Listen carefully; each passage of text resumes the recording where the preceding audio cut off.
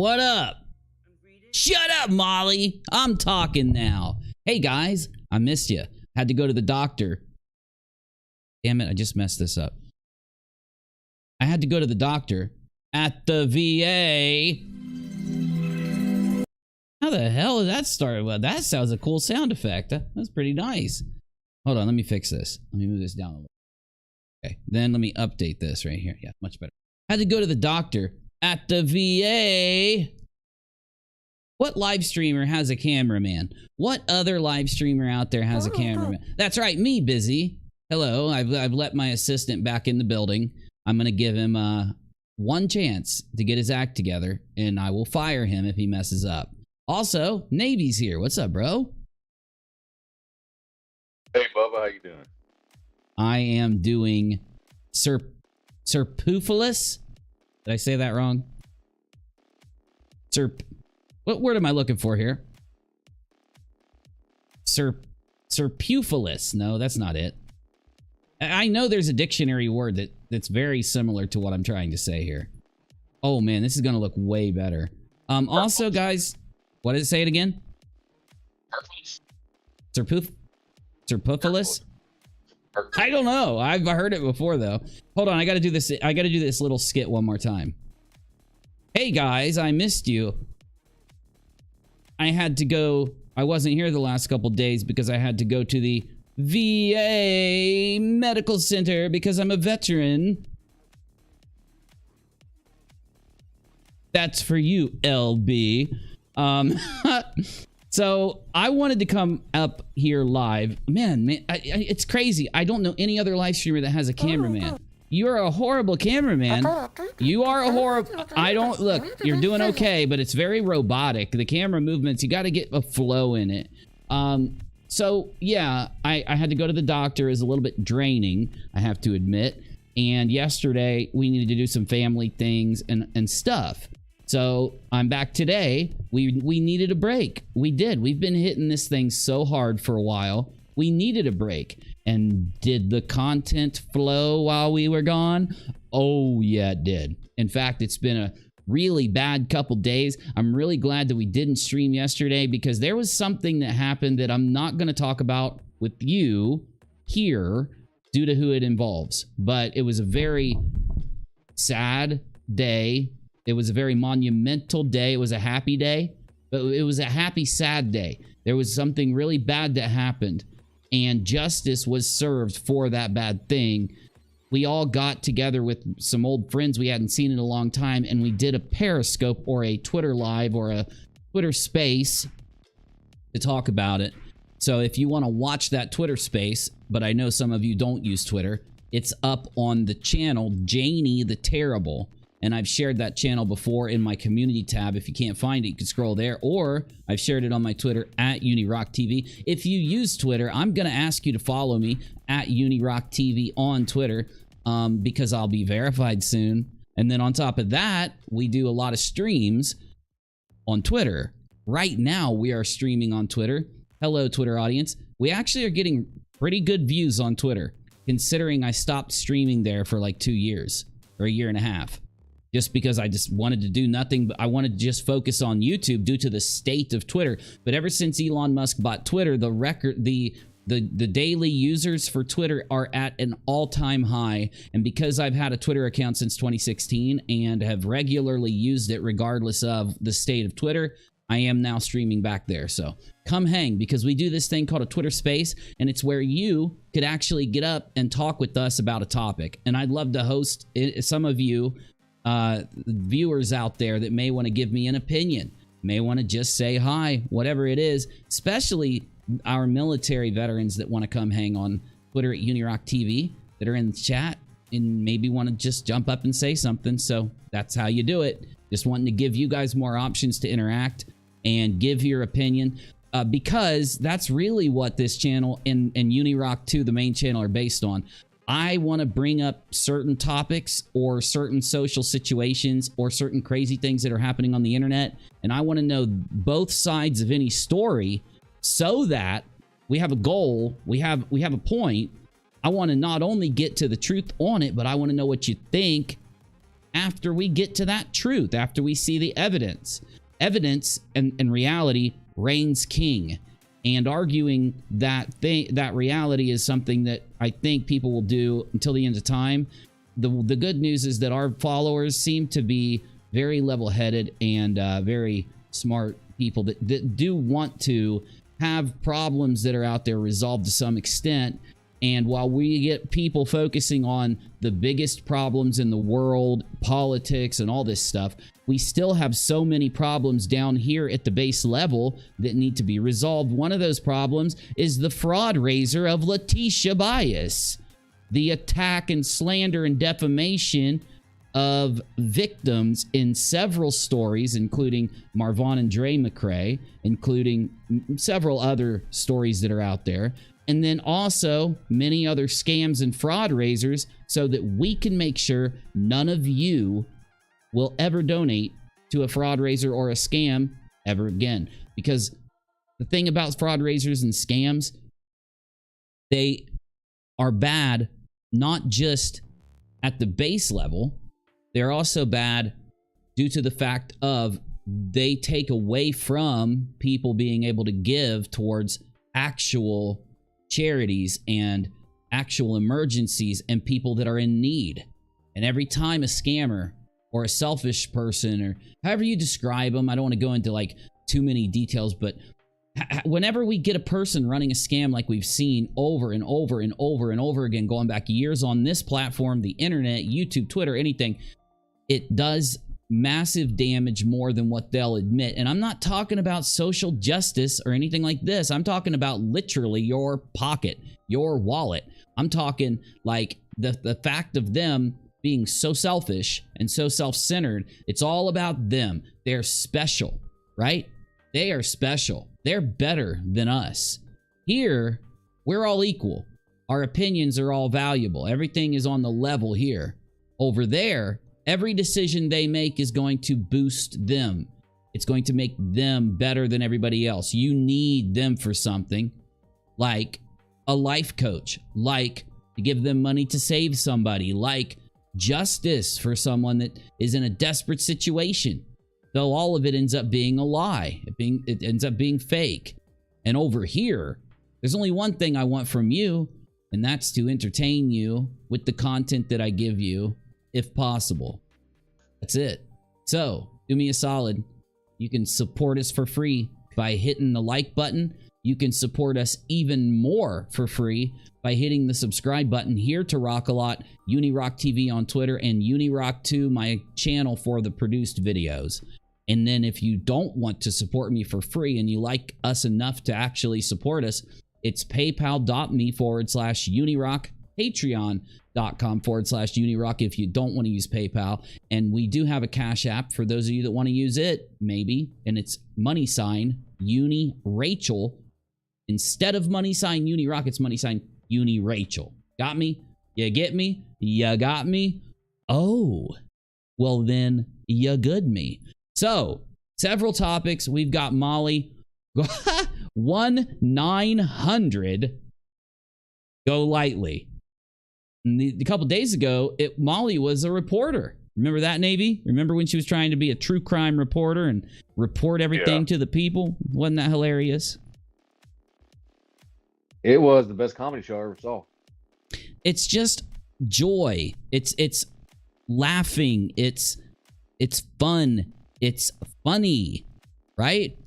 And that's what we're doing. Positivity, turning these kind of bad and just nasty situations into something, in the very least, that can be funny. Turning it into something that is kind of hilarious. Damn it, I wanted to show you guys that thumbnail because it was one of my best creations, to be completely real with you. Here it is. I wanted to show this to you because, man, my thumbnail game is on point. My thumbnail game is absolutely on point. It's just, one thing about my channel, you can say that I suck at all kinds of stuff, but never say that I suck at thumbnails, because I am a thumbnail of a masterpiece maker. I make masterpiece thumbnails.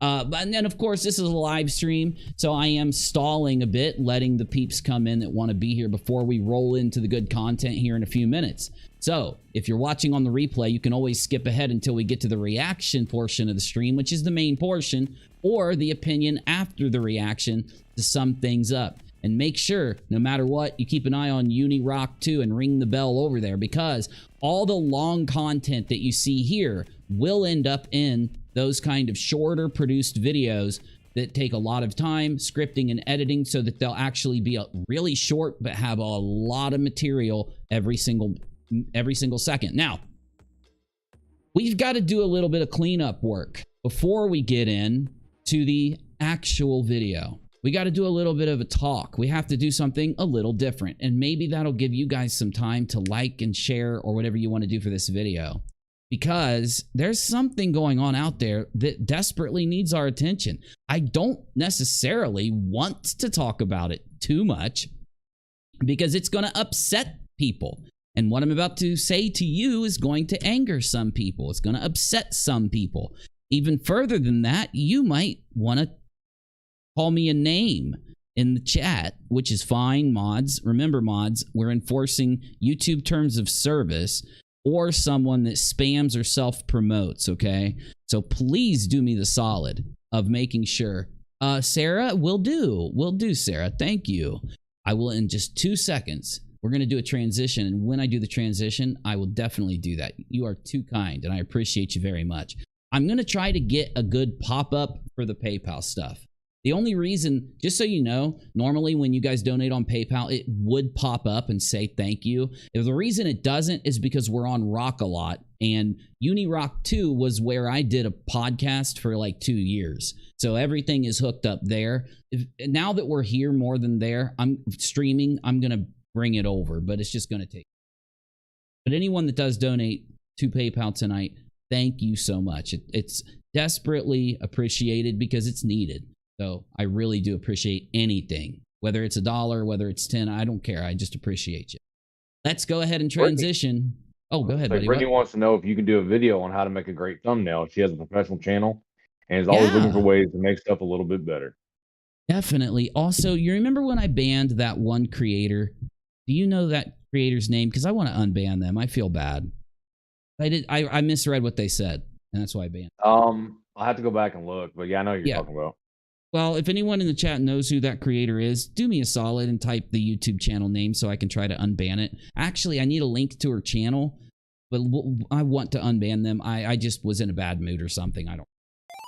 That Turquoise Sky, thank you so much. God, I love you guys. You're awesome. Thank you for the support. I don't thank you enough, honestly. I'm really blessed that I get to get up here and present these kind of weird things to you guys, and that a large portion of you watch me. So I feel really lucky to be in this position, and I know there's a lot of YouTubers out there, and I see how they treat their audience and how they make themselves this kind of center of attention, and the selfishness and stuff that we see, which, by the way, oh shit, GWT, I love you too. Thank you so much. Glad to see you still here. Love it. But we do have some creators out there that don't respect their audience. When times get tough, you see the true colors of a creator. Let's go ahead and transition to the next segment, which is e-begging on the web.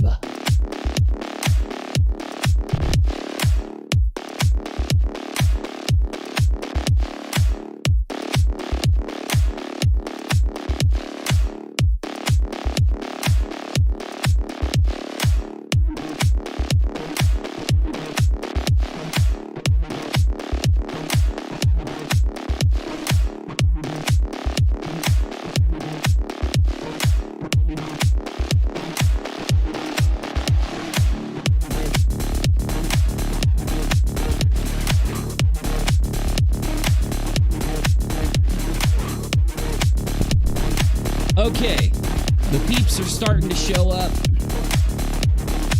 The peeps are starting to show up.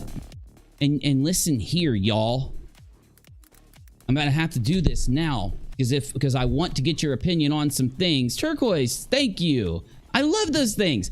I love them. And you know what else? I love how I can actually put the YouTube chat in here. so that you can see all the donos and stickers. Because I hated it before when it wasn't like that. Isn't that really cool that we can see it now? And there's my little dancing slime guy. Busy is so jealous of you because he's so cute. That guy is so cute, and Busy is so ugly.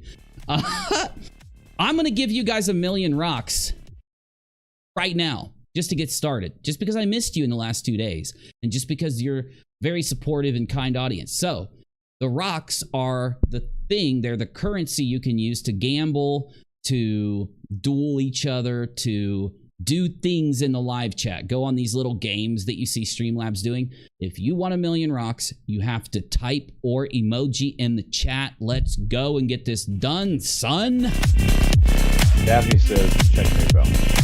Will do. Daphne, guys, what are you doing to me? Because it's been a hard week, so, you know, I appreciate you.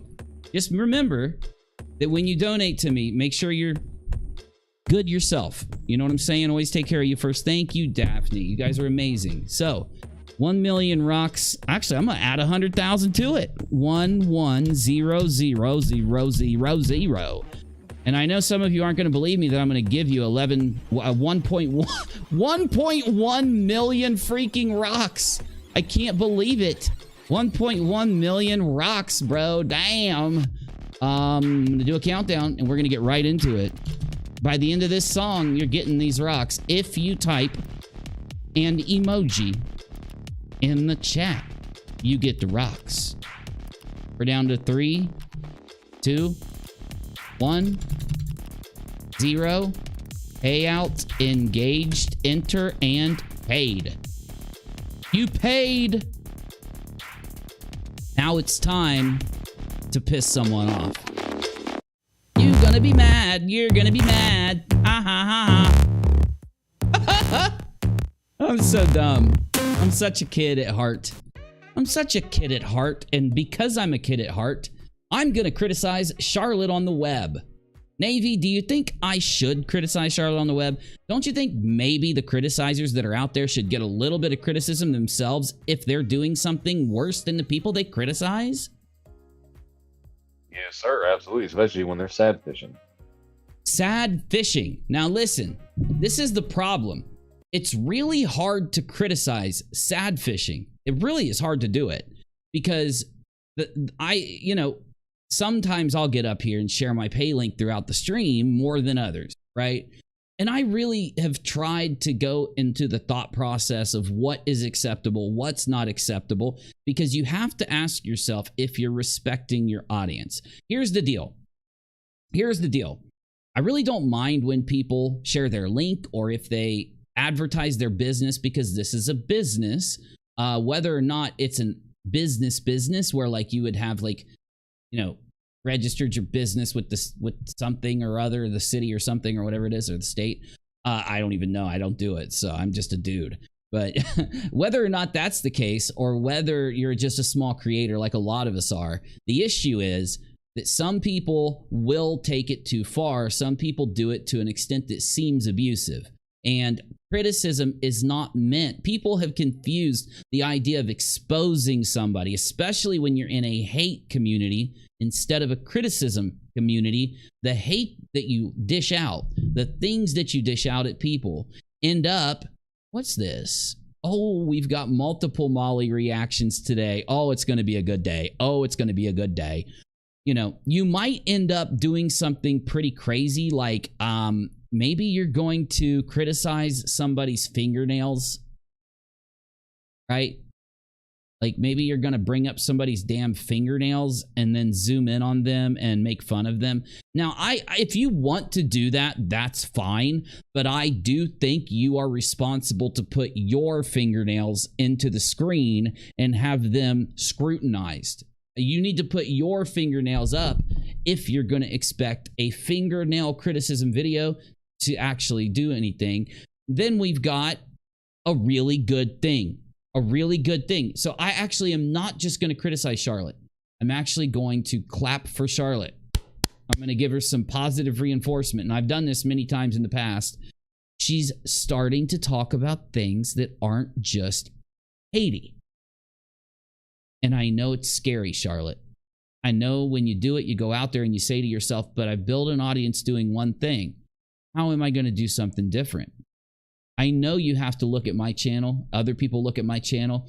And you guys know that when I started to talk about the Letitia fraud raiser, what did you guys say? Every one of the haters, every one of these haters out there said, Uni's channel's only got 100 people and he sucks and stuff and blah, blah, blah. What happened? I ended up having 600-700 people watching every night when we first rolled into it. And they were amazed. They were like, oh my God, what happened? The thing is, you never know what's going to happen each night. I've had nights where I'm playing Tarkov to 500 people, and that's no BS. It's happened many times. Tarkov's a video game for those you don't know. And I'm amazed by that. But I want to say, you have to push through the uncomfortability. I've done this for so long, and I always change topics. I end up bringing up other things. I will walk away from a top. I had 2,500 concurrent viewers on average when I stopped talking about my nightly podcast, the stuff I did there. And you can find those clips on Unirock too. I've got a whole playlist that has clips of me doing the nightly podcast, and you can see the viewership there if you want to fact check me on it. The point is, I decided to put it down and move on to other things because I knew it was the right time. And how did I know that? I just knew that if I wanted to pigeonhole myself, I could keep doing the same thing I was doing. But I knew that if I could find something that my audience would be interested in, I could most likely not pigeonhole myself. And I feel like I've done that. I feel like if I would have stayed doing the same thing, I would still be getting like bigger views. But I think that each time that I go into different, like we covered the Gabby Petito story when it wasn't even a story. It's back when it was just first coming out. It was well before she was found, remember? And we ended up blowing up on that. So the thing is, when you go into these stories, you can't just do one video. You know, you got to think about how you're presenting things. And you got to get away from the people that are around you that are bringing negativity to you. Because that negativity, in my opinion, after observing things, is what led Charlotte from someone who at one point was criticizing Katie, but had let herself go too far to where then she starts to, in a non-comedic way, if you want to bring up her fingernails, I better hear some jokes, better hear a lot of laughing, a lot of comedy, because that's the only way it's appropriate to go at people in that way, in my opinion. Kind of cringy not to. It's a jealousy thing at that point. And here's the thing. When you actually go in, it's without a crystal ball, isn't it? When you actually go in and look at Katie, the thing that a lot of people just can't understand is how is she over 300,000 subs now? People are shocked by this. They've even created a conspiracy theory that Katie is buying subscribers. And so I fact-checked them on that. I'm someone who has exposed several creators in the past for buying subscribers with absolute proof that they were doing it. Some of you remember those videos.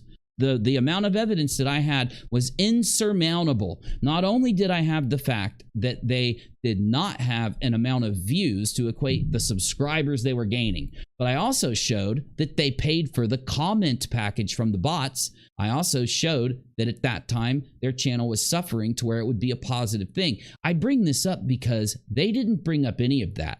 And I fact-checked it because I would love to be able to criticize Katie for buying subscribers. I would love to be able to bring it up. She wouldn't like that. She'd get mad at me. But that's the problem here at my channel. If she didn't buy the subscribers, I can't expose her for it. Then I would be lying and using you.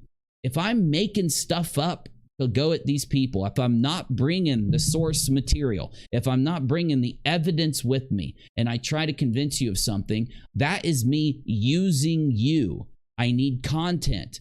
I need content that involves a certain person so that I satisfy the clicks and clickbait and to get people in. Not bad clickbait, but the clicks. People that on her channel is built against Katie will come in if she talks about her. Then I need something shocking and I need something she's done wrong. And the subscriber conspiracy theory filled that void. Once I realized Charlotte had actually made up this conspiracy theory with not only no evidence, with evidence that goes against her theory. And I will tell you how to fact check that yourself. You can go to Social Blade, type in without a crystal. You know what? Screw it. I'll do it with you, even though this is a boring thing to do, and I'm going to scare away some of you doing it.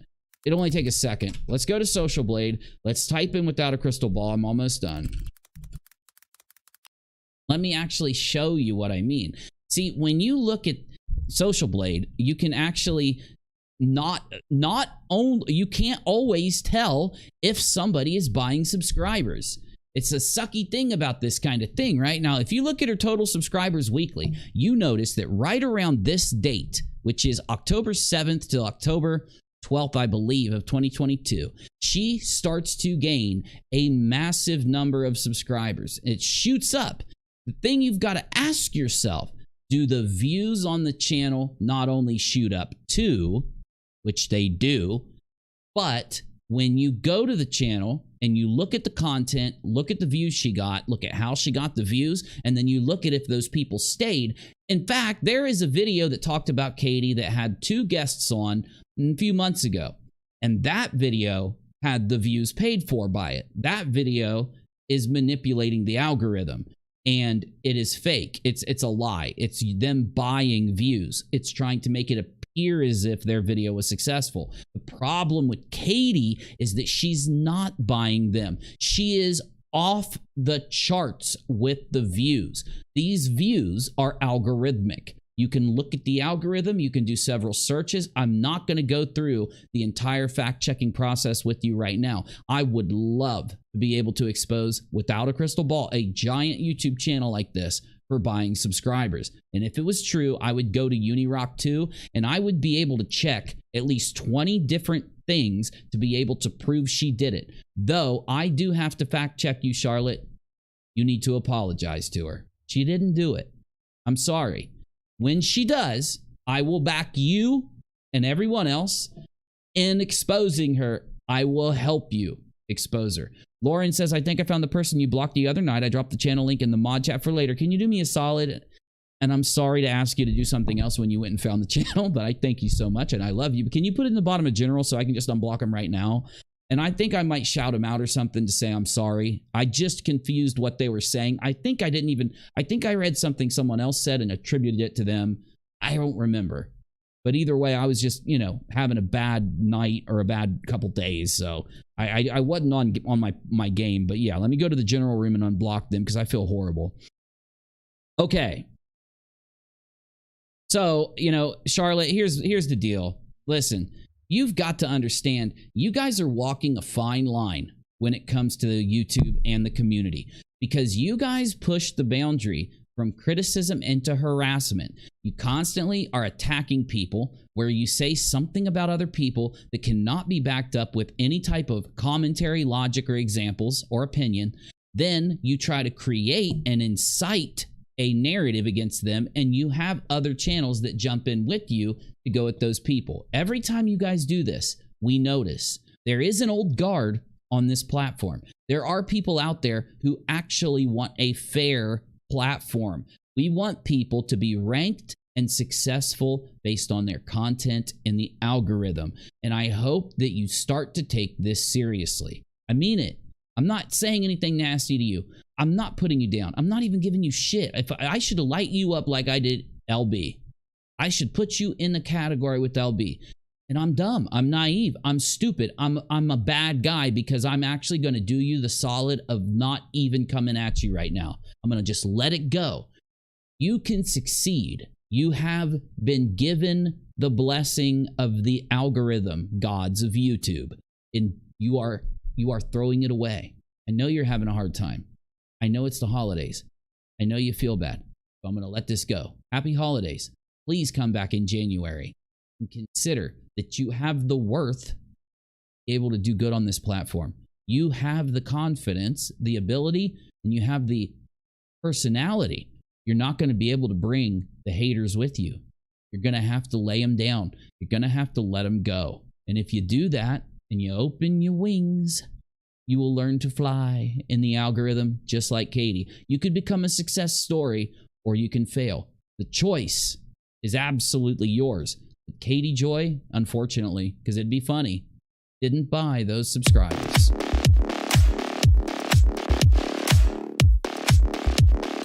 Next up. Listen, I don't want to make enemies.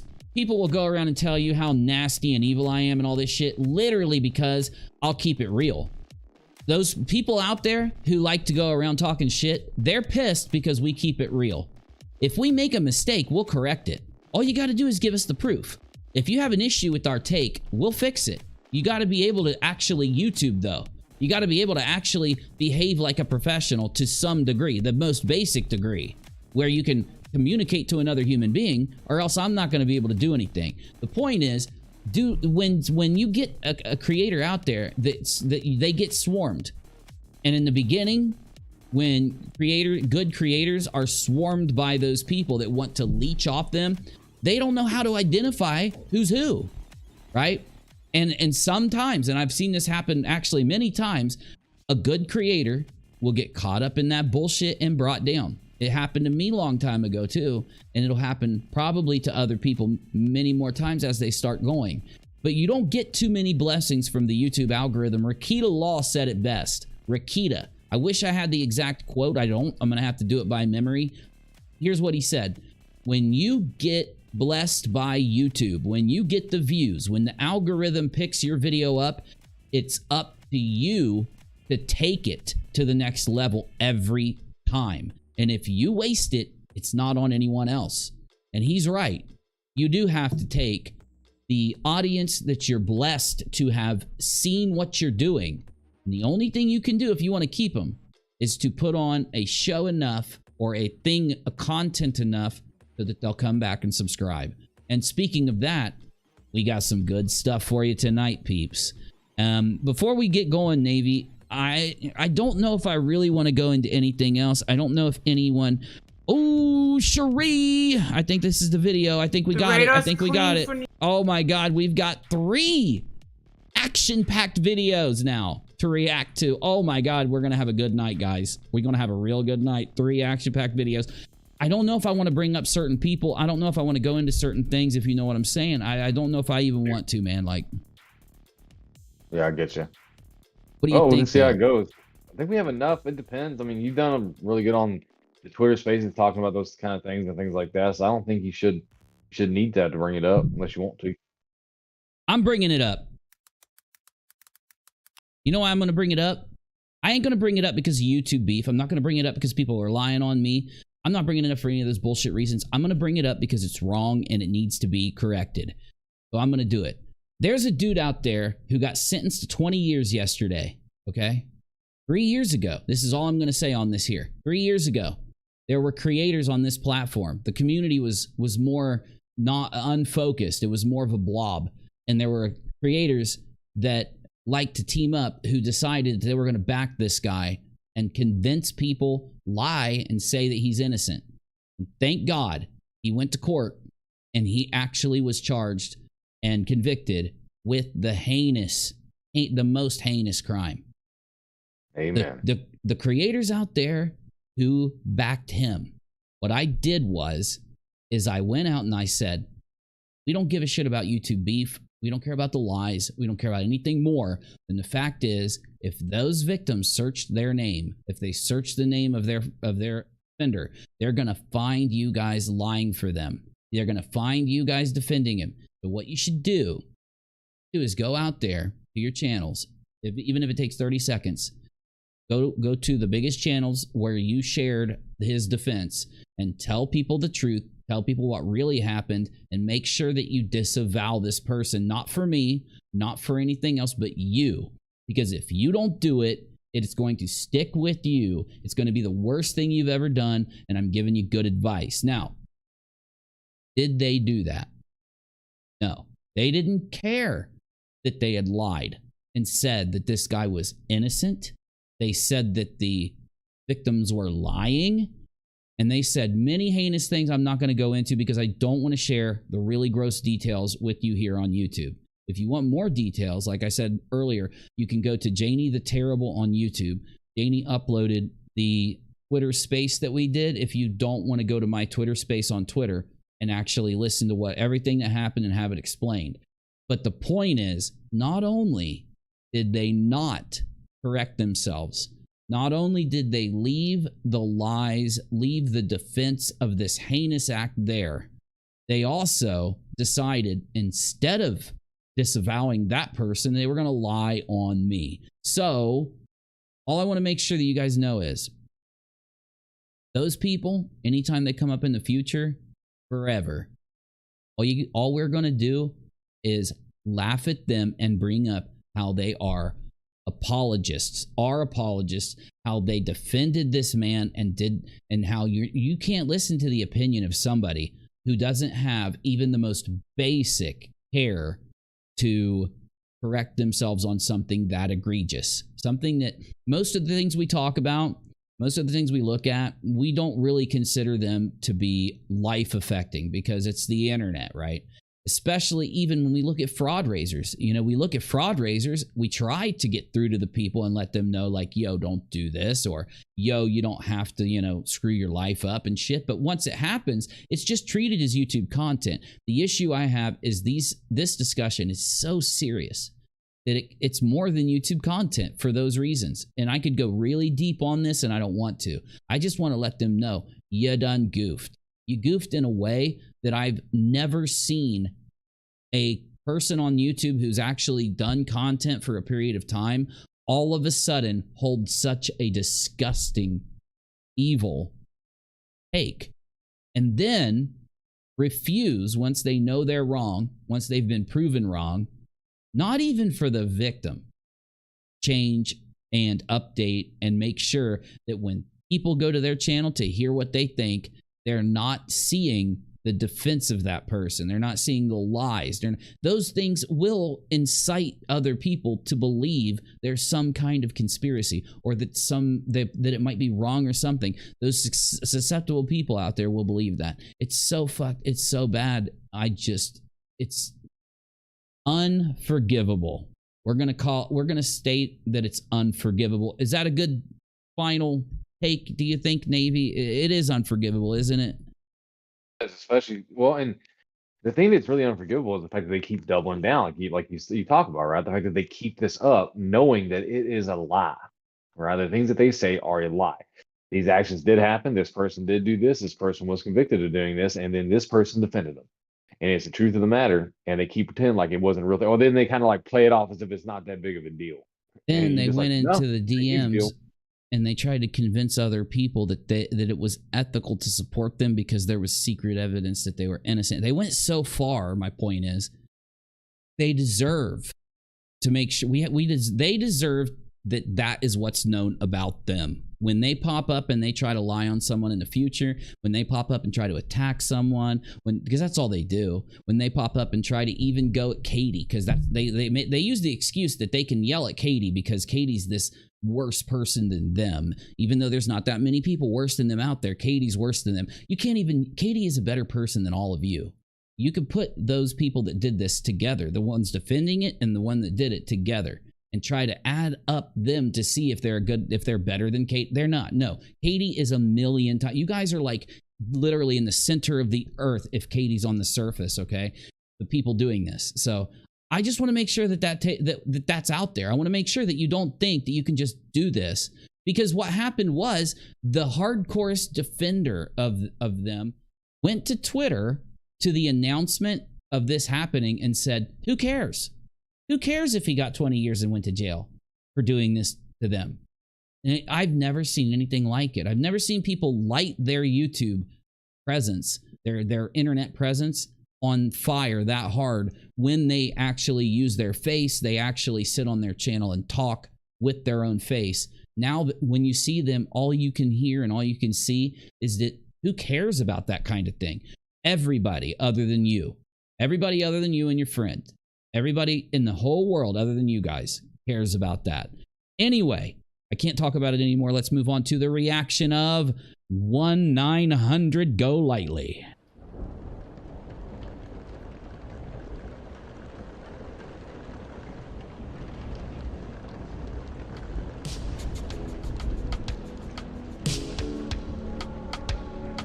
This song is a perfect encapsulation. It's a perfect encapsulation. Hit the like button. Let's roll into tonight's show. This is broadcasting from the East Coast of the United States of America, Unirock Live. I don't even know why I try anymore. I don't even know.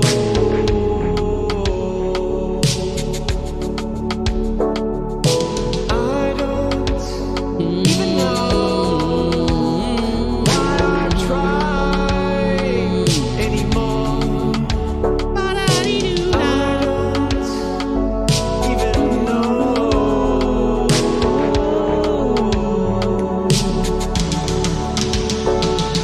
You can't replace me.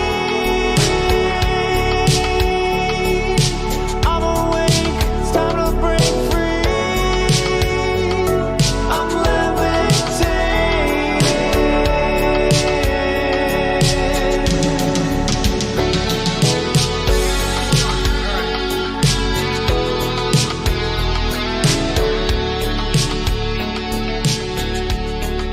Exactly. Okay, so there's this crybaby over on a drunk channel saying like this: I was a victim of Molly GoLightly, and supposedly she's sending. Well, there's a lot of them out there, Molly. What are you talking about? Everyone who donated to the Letitia Fraud Raiser is a victim of Molly GoLightly. Everyone that you doxed is a victim of Molly. Damn, I'm getting good with this show. I'm getting good with flowing this show together. Damn, we flow in this show together like crazy. Ooh, ooh, ooh. And you have so many victims out there that it's insane. You have put people's homes on your Patreon so that they would harass them and say nasty negative things about them. You have shared people's social medias and incited people to go there and report them and dox them and threaten them. We've shown all the evidence, even the last, second to last or last video on Unirock 2. No, second to last, I don't know. It has you doxing the shit out of a bunch of people in the most malicious way we've ever seen a content creator get away with this. And on top of that, so many different fraud situations where you're lying to people at the core level of why you need their money. And I'm not talking about your donations. I'm not talking about you doing crazy things to get them. I'm talking about the fraud raisers. I'm talking about attacking Dre and turning her into this horrible thing that you made up. You do have victims. Dre McCrae is one of your greatest victims. The girl who's not even alive right now that you mocked and made fun of for being annoying is one of your victims. And there are so many of them in my chat that donated money because they thought they were going to help you get justice for something. And when you didn't get justice for any of the things you took money to get justice for, you, Betty, Justin, LB, you do have victims out there. So I don't want to hear it. Actually, I do. All these texts, but she fails to show that I gave her $300 in the very beginning. Here we go again. You're starting to slur your speech. You're starting to get this kind of disconnection when you speak. It all is a personality that comes out of you when you get this kind of thing going against somebody. I have no clue what you did to this specific person. Maybe my chat will tell me, but I'm sure my chat knows. Anybody know what this person says Molly did to them? Please type it in my chat. Also, I forgot. I'm going to open up the Q&A. So if you want to say something to me, put it in the Q&A so that it doesn't scroll away. Type it here. That's the Q&A. Later, I'll do a poll, but, oh, she does have, who said that she had anger issues? She does. Who said that? She has, Polka Dot, absolutely. Absolutely Polka Dot, 100%. Poor Dre, I hope she sues the heck out of everyone that did her wrong. Hope, I heard she is, to some extent. I heard that she's been working with certain enforcement agencies, that she may not go civil, but she definitely might go other routes against certain people.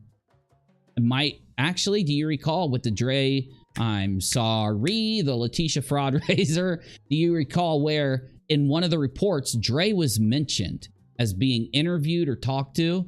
So I think we're going to see justice done for Dre and Marvon. Actually, we'll say for Marvon and Dre, of course, but We're going to see justice for Marvon. It's just going to be a lot different than what they presented to you. But Twitter and now are part of the... Whoa! Oh, yeah, Twitter files? Oh, yeah. Twitter files are big revelation. I got an entire video on it. I'm just going to wait until they're done and put out the entire thing and give my opinion. But no, it's a good point. It's a good point. Most prostitutes have anger issues. Some of them do. Some of them do. Some of them don't. Some of them do, though. Glamis says, I think she's talking about the lady who did her merch. Oh, gotcha. So Molly uses, and the reason I ask you guys, and please keep typing in the chat and make sure you tag me if you want me to see it, or Navy. But the thing is, she uses the same defense mechanism. I gave you money, so you can't be my victim. She really feels this way. I'm getting to a point where I think she does. And again, Molly, I want to help you here. I'm going to try to criticize you without being too overbearingly silly. The silly parts where I do all the jokes and stuff, and I poke a little. And I'm going to try not to poke you too much because I don't want to scare you away from my criticism. I don't know if you'll watch it. I think you are. I do think you are. I only think that because of some of the things you say or said in the past. But listen, here's what I want to say when it comes to this. You've got to get your head out of your ass. You are in the same boat as Charlotte. We're in the holiday season. We got a new year coming up. What are you going to do with this new year? Are you really going to do this all over again? Are you going to keep repeating this? Or can you finally just set down the BS, set down the justice for garbage? I'm so sick of this fake hashtag. Now, that does not include the real justice for hashtags. I could go into a full breakdown of how scammers will pirate popular hashtags so that they can use part of it or all of it so that they can make money themselves and get attention themselves. And that is what a lot of the scammy justice for this person hashtags are doing. They are manipulating, grabbing, copying the real justice for Marvon or the real justice for whoever, Quentin or whoever they're talking about. And Betty and Molly and Justin are the top perpetrators of this concept. In fact, we already have proof that they band together and come up with similar exploits to these types of justice hashtags. And it's almost like what they do with bot networks or with other social media, like manipulative social media tactics. You have to start either being here on the platform, giving an opinion and doing content and doing a show. Because when you go beyond that, it's not going to work anymore. Because there's a massive community of people that are just fed up with all of this. And we're going to laugh at you. We're going to talk about the bullshit. When you lie, we're going to correct it. When you scam, we're going to call it out. You're not going to get the same effect ever again, just so you know. And I'll say this Slim, right now. no, do not apologize, Slim. That's perfectly fine, dude. Go ahead, Navy. I was going to say, the only thing, whenever you donate to Molly, the only thing you're getting justice for is her PayPal account.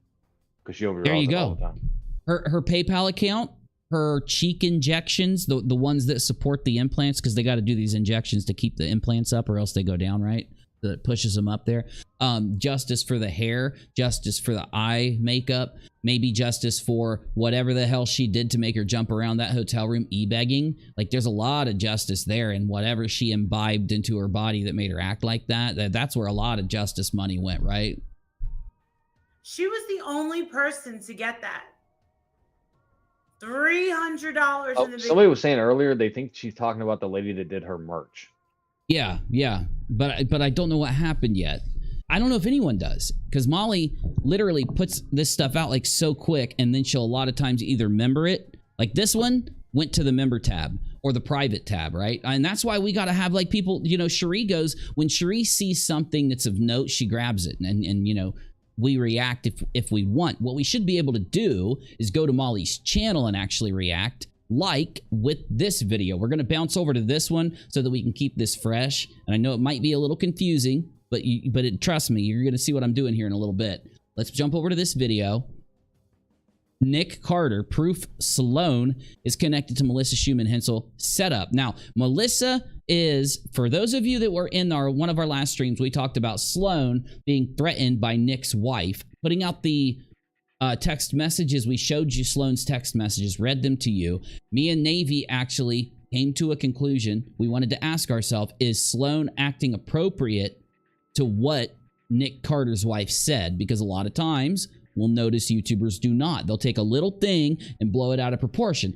But we determined that Sloan did not overreact. Sloan did not blow it out of proportion. Sloan, in fact, I think, gave a very real reaction to the threats that Sloan got. Now, that's where the vote is coming in. Lauren says, Molly does seem to think that giving some money for something means that those people owe her that loyalty forever.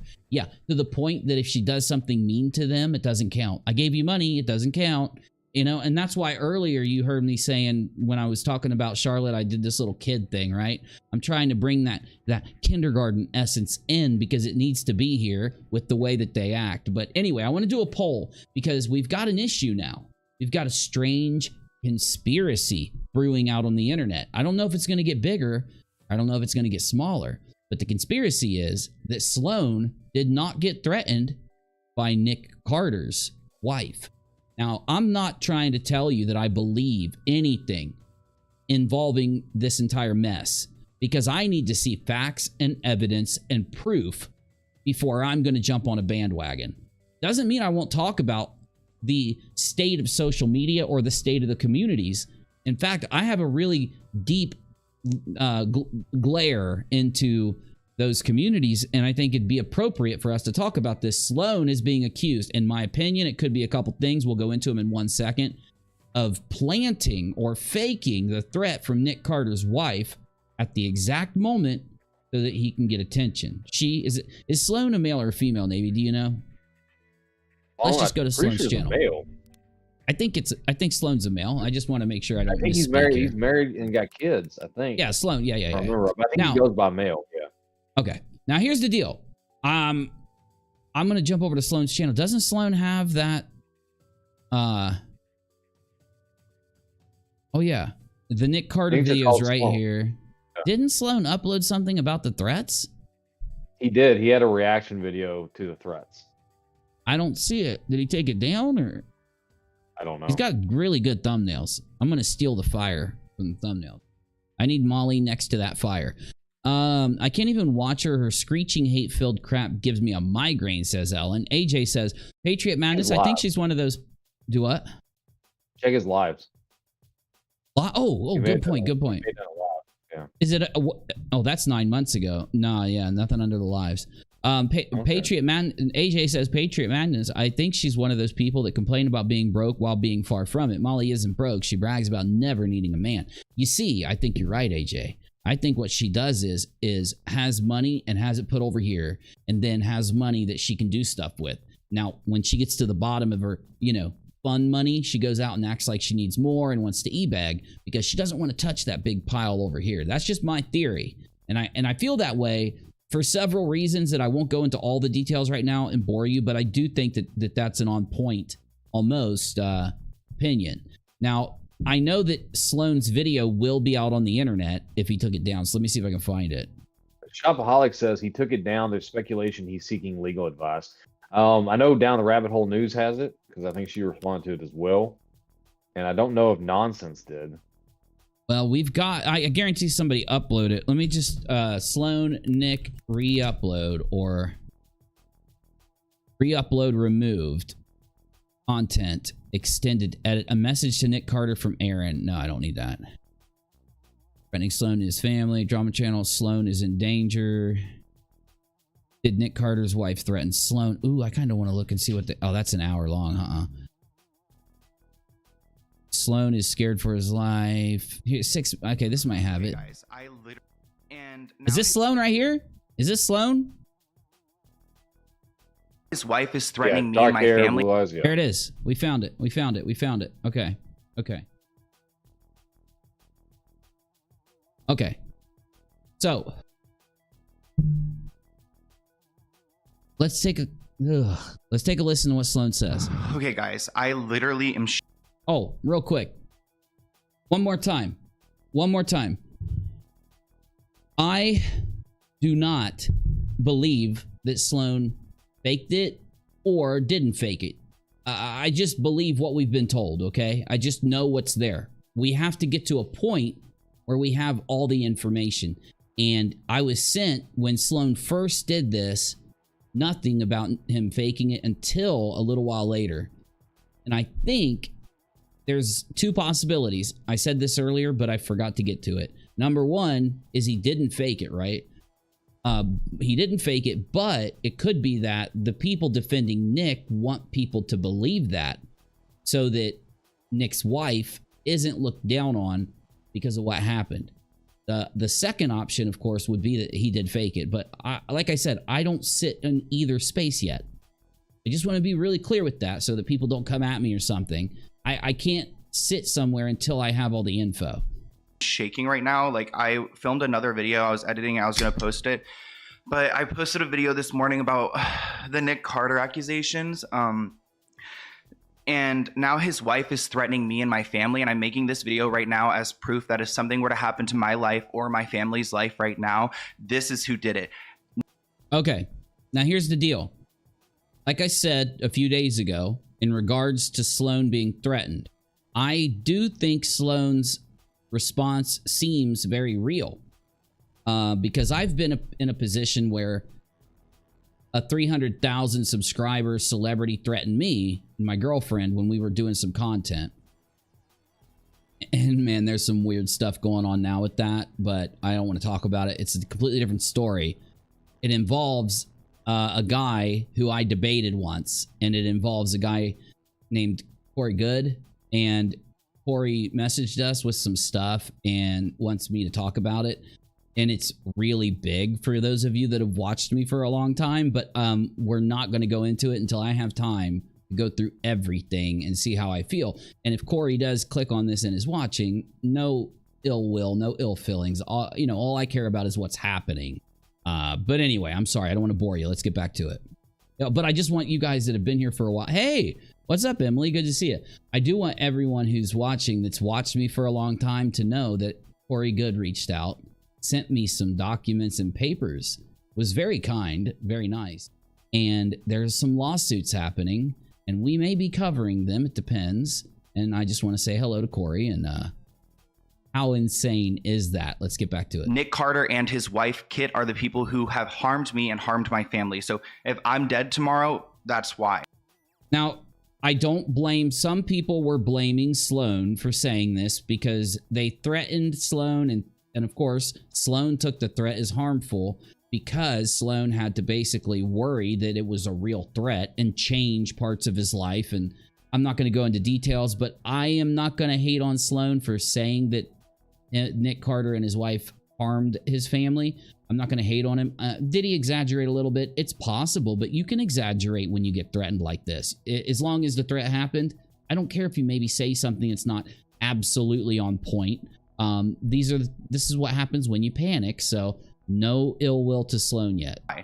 I made this video about Nick Carter, and I make a lot of these videos exposing allegations in the industry and things like that. I'm actually so shaken up. I feel like And I know how Sloan feels because every time I bust a fraud raiser, we get threatened.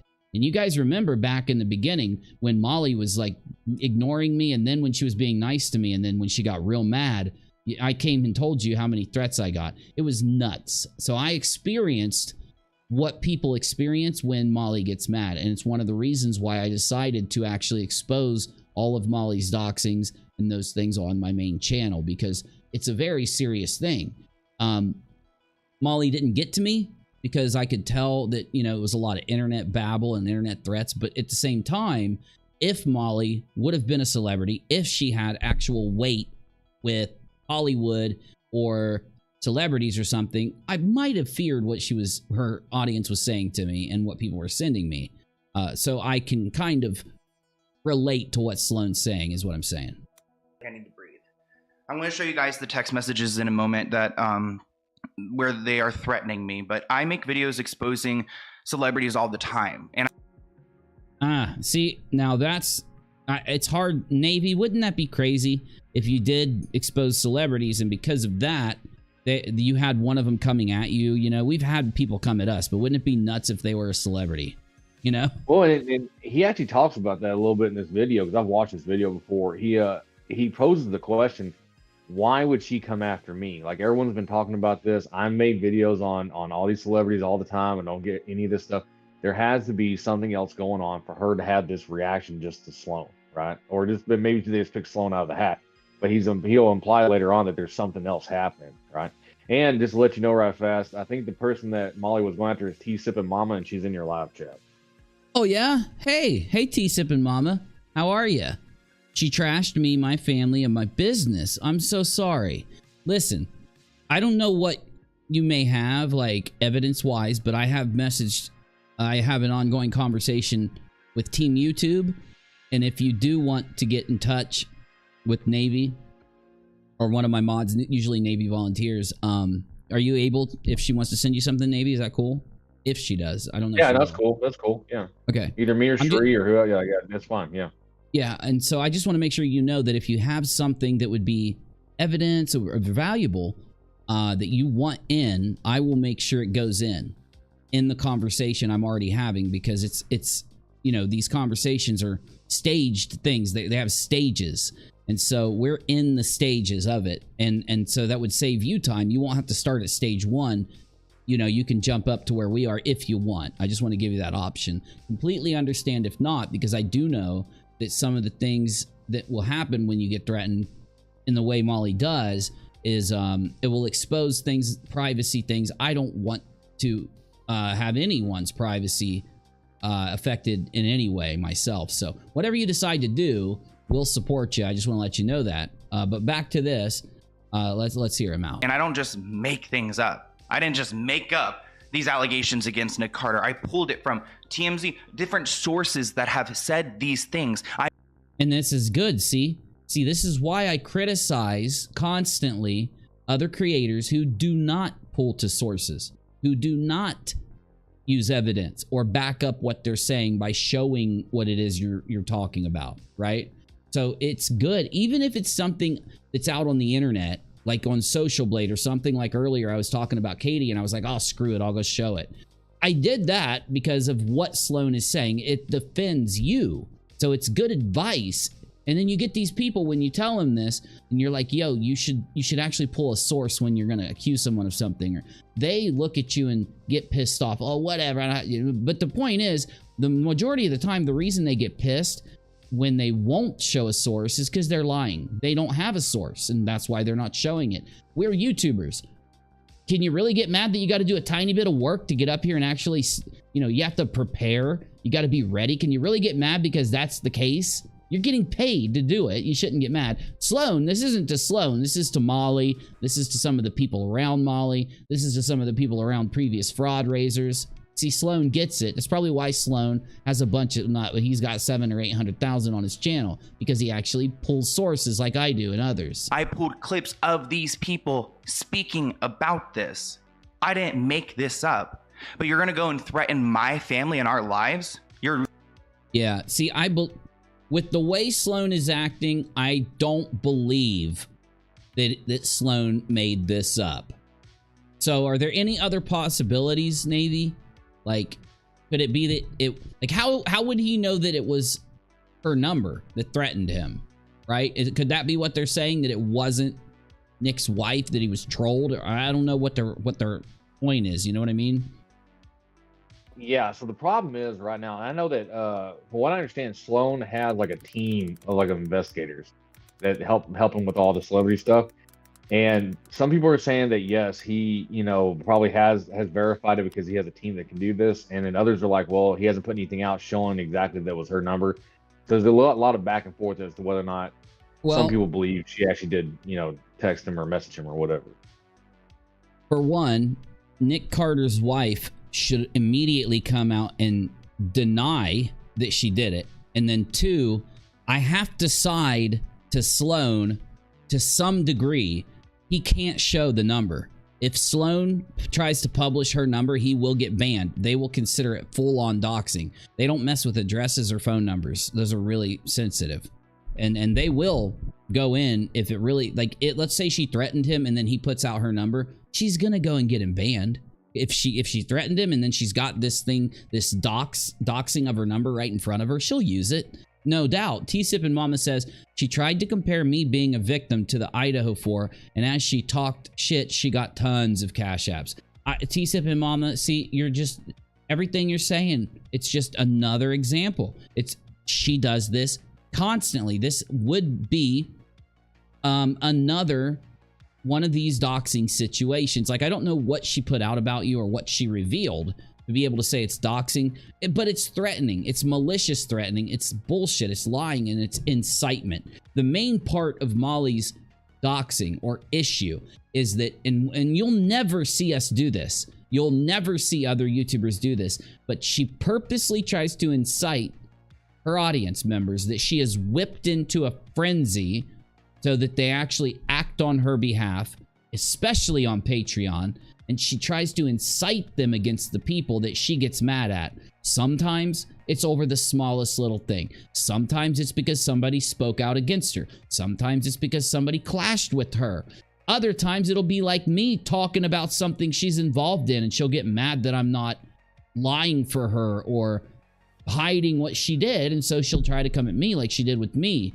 So yeah, we've all experienced it. We've all been through this. The people that Molly has led into incitement for her is going to be her downfall on the platform.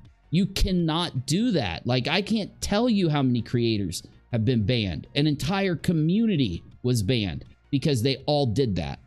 And that happened in 2020 or 2019 in October, and it was an entire group of people that they had combined.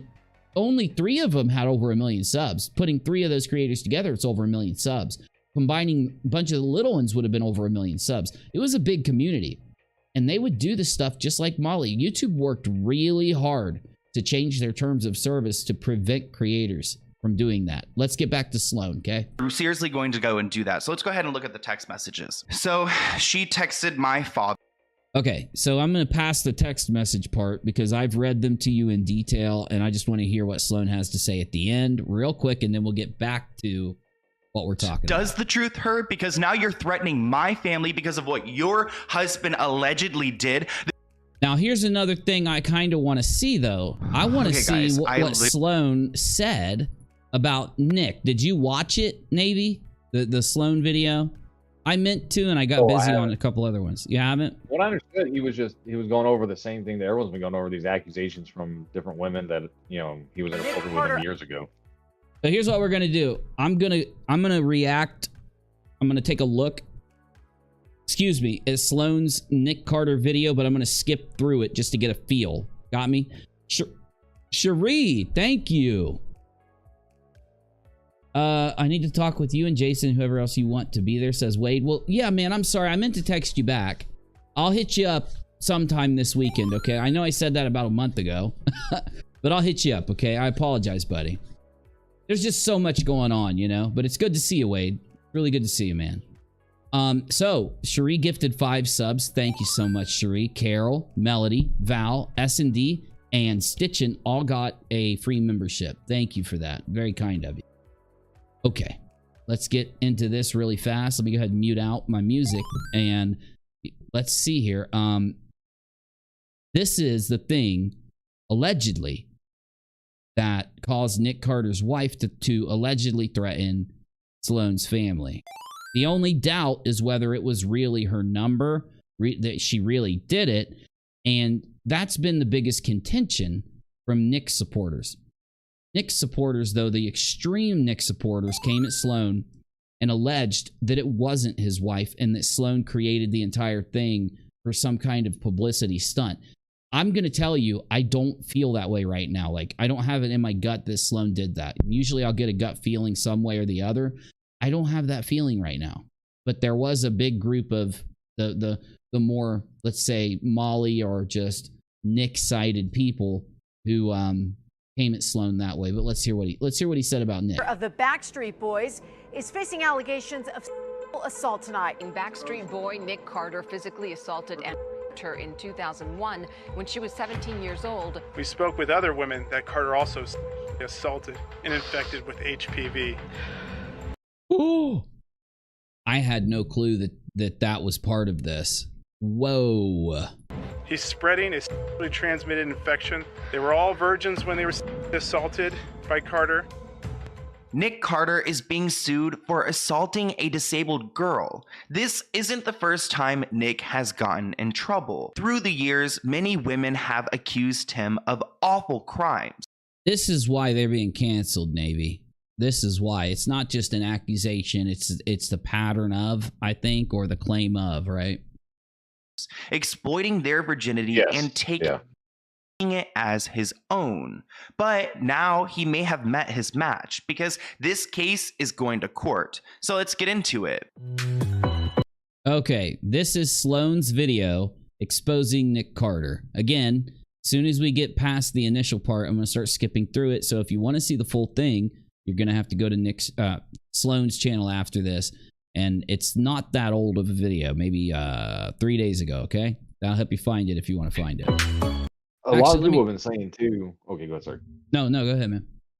Well, a lot of people have been saying too that the fans for the Backstreet Boys to this day are still like really hardcore, and some people have been supposing that it may have been, if it wasn't her, it may have been one of the fans that was just really angry over him doing this whole exposed video. Let's hope that Sloan checked it before. I don't want to believe Nick Carter's wife did it, of course, but I also don't want to believe that Sloan didn't do his due diligence. I've been looking for that word for 3 days. That's the word I was looking for on the Twitter Spaces. Due diligence. Yes, I always used to call it due diligence when they didn't do it. Okay. Now, while we're reacting to this, I'm going to go to Twitter and see if I can find anything worth looking at so that we can kind of advance our understanding. We'll be getting back to Molly's video because, newsflash, she talked about it.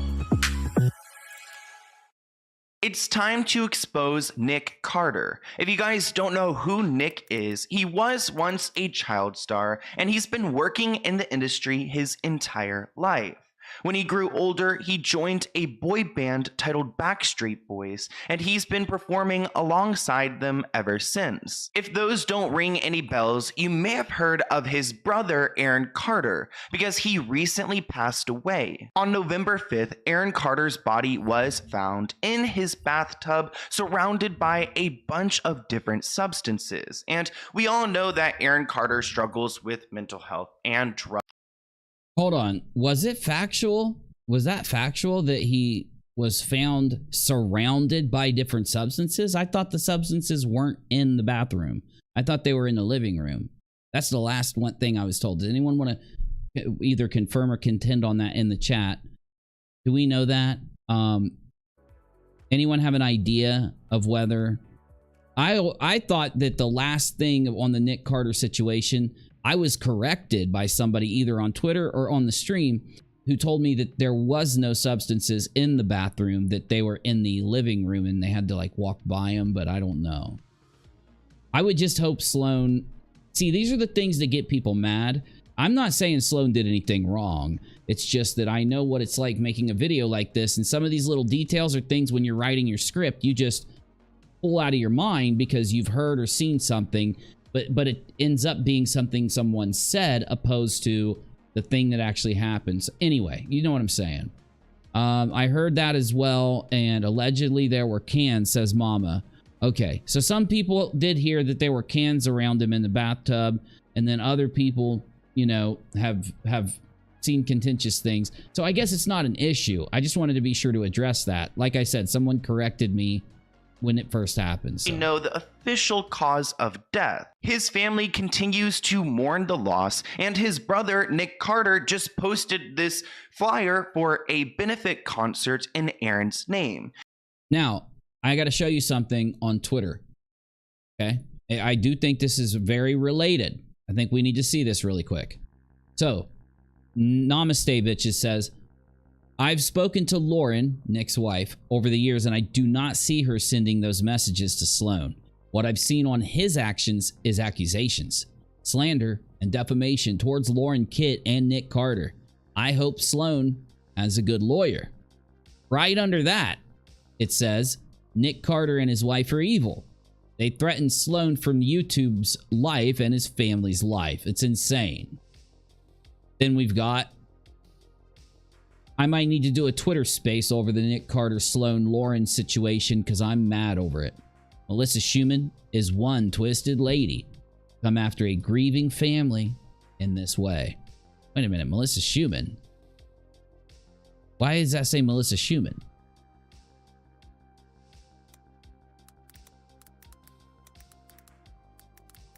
Very confused there. Melissa Schumann made the original accusation at Nick, didn't she? Okay. Yeah, she's one of the original ones. Yeah, and she's also been supposedly helping the new victim. Oh, that's what Molly's going to tell us in a minute, too. Okay. Yeah, that's what she talked about in that video we watched. It was like a couple streams ago when she was talking about it. Because she was going after Melissa. Ah, yeah. We're going to watch that. We're going to hear what she's got to say on it. Nick Carter from the Backstreet Boys and his wife apparently threatened celebrity blogger and investigators. No lies were told, and Sloan gave a voice to the victim. So they threatened to send people to his dad's home. Stop idolizing these demons. And then anyone who supports or defends the actions of Sloan should be ashamed. Where is his apology video to Lauren and Nick Carter? Makes me suspicious of the Sloan's motives here and who he works for. A decent person would post a retraction and apology video.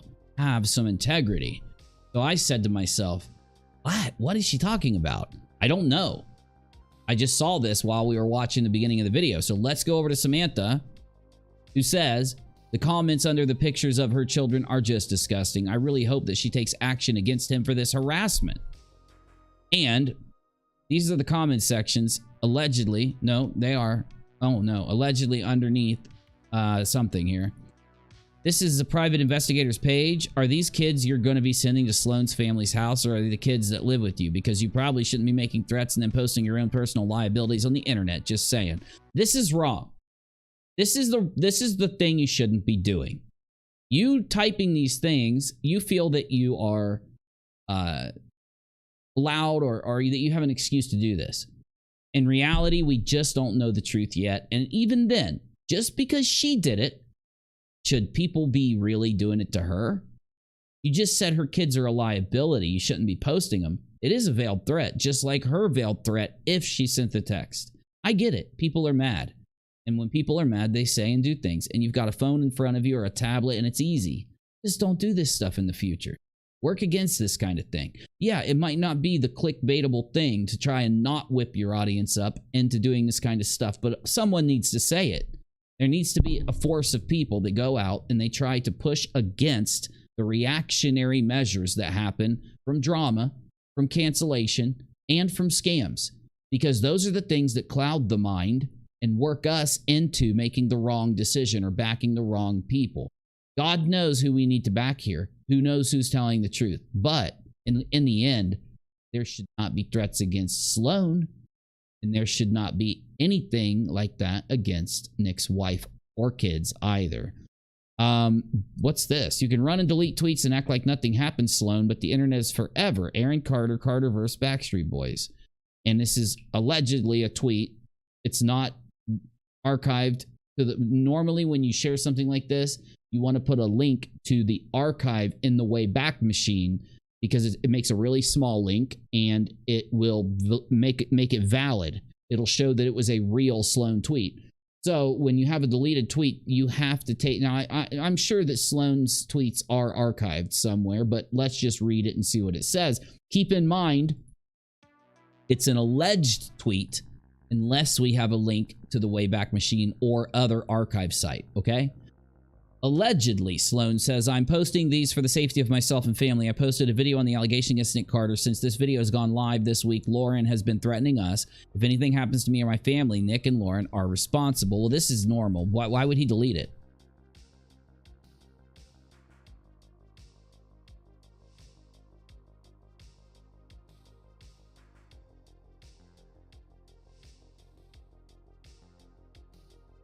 Okay.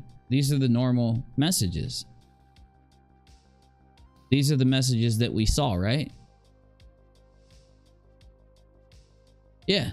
We saw these the other day. I don't understand what this means. You can run and delete tweets. Sloan hooks. So that's actually Sloan.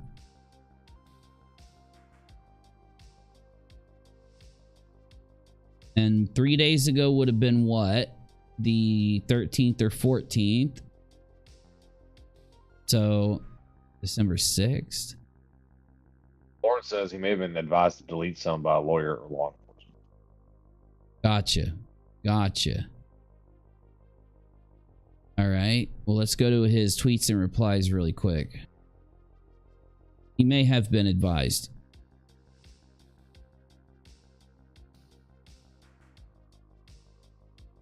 Yeah, it's not there anymore. So basically what that means is that the Nick Carter defenders are accusing Sloan of deleting these things, even though he hasn't deleted the video yet. So I don't think Sloan has retracted anything, but anyway. Maybe The only it's thing he's just gotten rid because... of, it seems like, is any direct response about Nick and his wife threatening them. Because he got rid of the video of him, his response to it. Oh, he and it did looks get like rid of he's the got video. rid of the tweet. Oh my God. Yeah. Okay, I was wrong. You're right. He got rid of the video and he got rid of the tweets. He should have posted an apology or posted that he had why he had to do it. Yes. It's just absolutely. Unless he found out that it wasn't Nick's wife and it was just a random phone number pretending to be her, like a fan or something, and he made a mistake and went and deleted it. Even then, you'd think he would tell everybody so that people didn't keep thinking this about Nick's wife. But either way, this is why it's just a complicated issue. I just want to make sure that if there is something out there, we can see it. Oh my God, even more of them. Listen, you don't go around and treat people's family, okay? You should be ashamed of yourself. I'm posting this for the safety of myself and my family. I posted a video allegation against Nick Carter. Since his video's gone live, his wife Lauren has been threatening us. If anything happens, yeah, this is just somebody posting what Sloan said to them. Why are you making threats against a YouTuber? You don't realize it's his dad you called. You think what you did was legal? Mama T said there's a video saying he was advised. Oh, there is a video. Is it from Yeah, I don't Sloan, know though? what type of it. Okay. Look. Okay. You know, I don't understand it. If she did send it, then he is sure it's her. I don't see the issue in keeping it up. But then again, I'm not a lawyer. But then again, that means something's going to happen. You know what I'm saying? Like, I hope it's not a situation that just disappears. We've seen this too many times. You know what I'm saying? Like, we see somebody make a claim and then they retract the things they said and it never goes anywhere. So I hope that doesn't happen, because that would look really bad for Sloan. And it should happen fast, because the damage to Nick Carter's wife, if she didn't do it, would be great if you were to just lay it down. But if she did do this, you want to go in and do it fast so she stops doing this, so she doesn't do it to anyone else, because the truth needs to be out, right? But again, let's get back to this now that you've got a little more information on how certain people feel or what they're thinking over over Sloan deleting the video and his tweets. Saw many people taking it as if it was a retraction. Let's hear what else he said about it. He didn't delete the video on Nick Carter, though. Let's see what he said. He posted this the same day that these latest allegations came out. So let's go ahead and break down these allegations, because the headlines read, Nick Carter sued for sexual battery, alleged incident during 2001 Backstreet Boys tour. A woman has come forward claiming Backstreet Boy Nick Okay, so this is the same one. Carter Yeah. physically assaulted and raped her in 2001 when she was 17 years old. Shay Ruth, who is 39 now, has given 17 to 39. Okay. permission for her name and face to be shown. Let's talk about Shay, because back in 2001, she was 17 years old and she decided to go and attend a Backstreet Boys concert in Tacoma, Washington. Like a lot of these girls going to these boy band concerts, she was a big fan and she was waiting in line for an autograph when Nick approached her. Allegedly. The alleged assault happened at a fan meet and greet following a Backstreet Gotta be careful there, Sloan, buddy. Boys concert in Tacoma, Washington. She claims Carter invited her on a tour bus. So one of the members of her favorite band invited her onto the tour bus, which sounds like a teenager's dream. I'd like to mention It happens. It does happen. That Shay does have autism and cerebral palsy, which could add to her vulnerability in that situation. Yeah, it could, but you know. 39-year-old Shannon Ruth alleges that back in 2001, when she was 17. Here's my thing, right? Like, Navy, please, we have to talk about something real serious here. And I don't want anyone to take it as if we're being insensitive to Shay, I believe it is. I also don't want to take anyone to take it as if we're being like too accusatory towards Nick. But he just lost his brother. How long ago? Was it 2 weeks or was it a month? I mean, it's hard for me to track it. It's been a couple weeks, I think. Yeah, it's only been a couple weeks. I don't understand. I don't know what. Maybe like, wouldn't you say if you were the lawyer, you've waited 20 some years, let's just give it 2 weeks or a month. You know what I'm saying? Like, I don't know. Should that happen, especially but should it not happen because of how serious it is? Would it not matter? Like, would you not think about the fact that he lost his brother or a family member there? I mean, I'm asking for the concept. I'm not trying to think of it in terms of Nick or Shay, just in general. Like, I don't know. I don't know what the answer is because it's like, we just don't know enough. That's the biggest issue with this whole thing going on is it's fresh. So it's very easy because there's so many gaps in the progression of how this happened. Like, the reason why they're doing it now, like it may be that they're taking advantage of the family being in the press because of what happened to his brother to come out and say this because they know it's going to catch fire. Or it could be that, something happened and she's just able to come forward now. Maybe she just now was able to be more comfortable enough with it to come out, if it is true, right? And speak on it.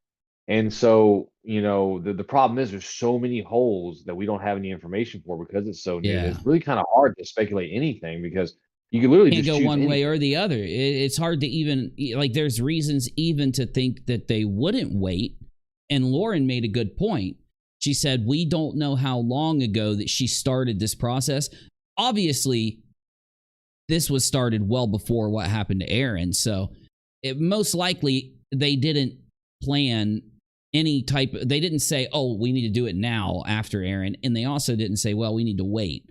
You know what I'm saying? Like, though it's just bad life. This is life. Life does this. Let's get back to the video. It's just, these are things to think about and try to ponder. I don't know if you'll ever get a good answer. She was invited up by Carter onto the band's tour bus.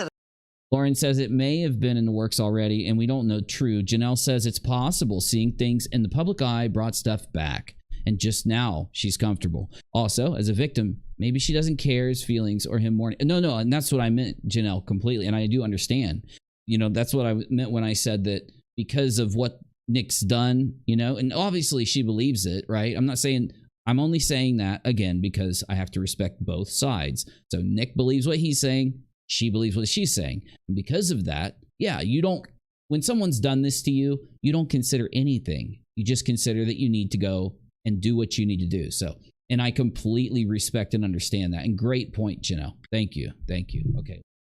At a stop in Tacoma, Washington, Ruth, who has autism and cerebral palsy, says Carter gave her a drink that he called VIP juice. You guys heard VIP juice. See, here's the deal. This is what could be bad for Nick. Now she's made the claim he gave her VIP juice, right? There has to be many other women that have experienced that kind of specific thing, right? And they said they talked to other people. And even if someone wasn't assaulted, they still could testify that, yes, Nick did have a drink that he gave to women that came on the bus that was called VIP juice. And when you drank it, it made you feel all funny. Or, you know what I'm saying? Now, again, I'm not saying that Nick did this. It's just a piece of a puzzle that in court or in the claim might come out. Maybe people on social media will come out and say, yeah, I've had the VIP juice too. Heard that clip correctly because Nick Carter supposedly offered her a drink. Exact. See, Sloan honed in on it too, right? T-Sippin' Mama said, I emailed Navy. Great. Thank you. Thank you so much, T-Sippin' Mama.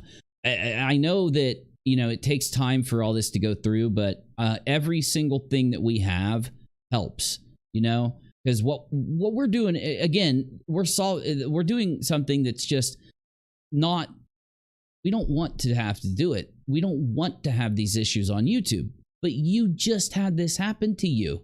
This just happened, right? And she goes crazy on you, and we're about to go back to Molly and see what Molly said and did.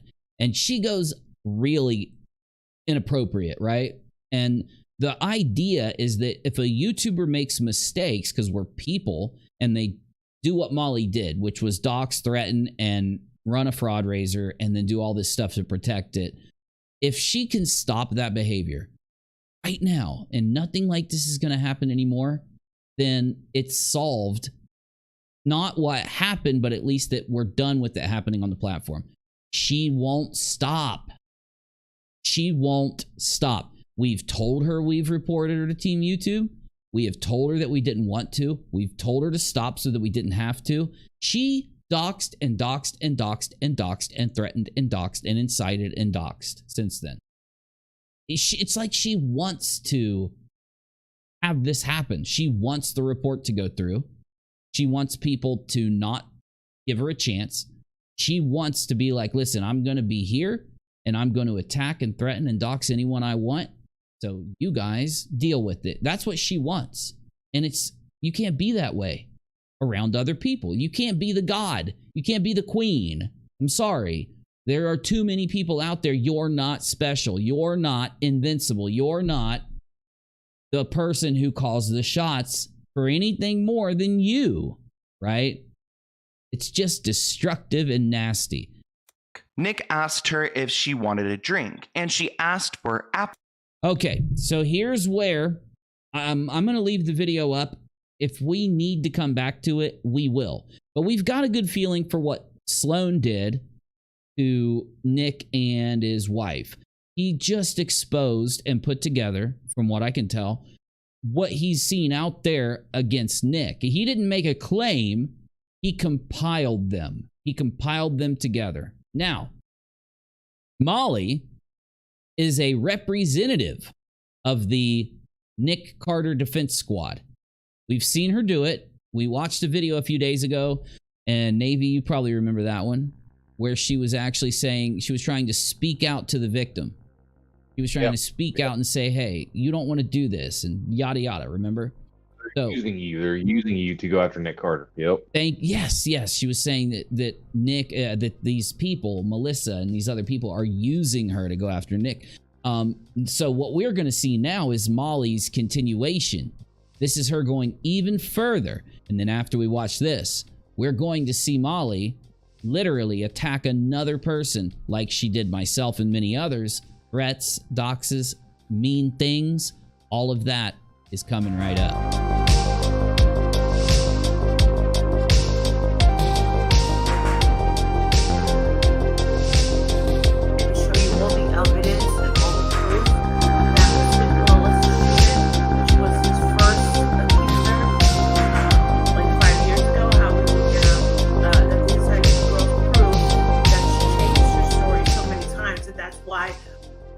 Keith says, you've got to believe these kind of victims. It's hard for them to come forward. And I do agree with you. I agree. I agree that we're all put into a situation where we have to be careful. And we have to use logic and reason and common sense and evidence. We never know.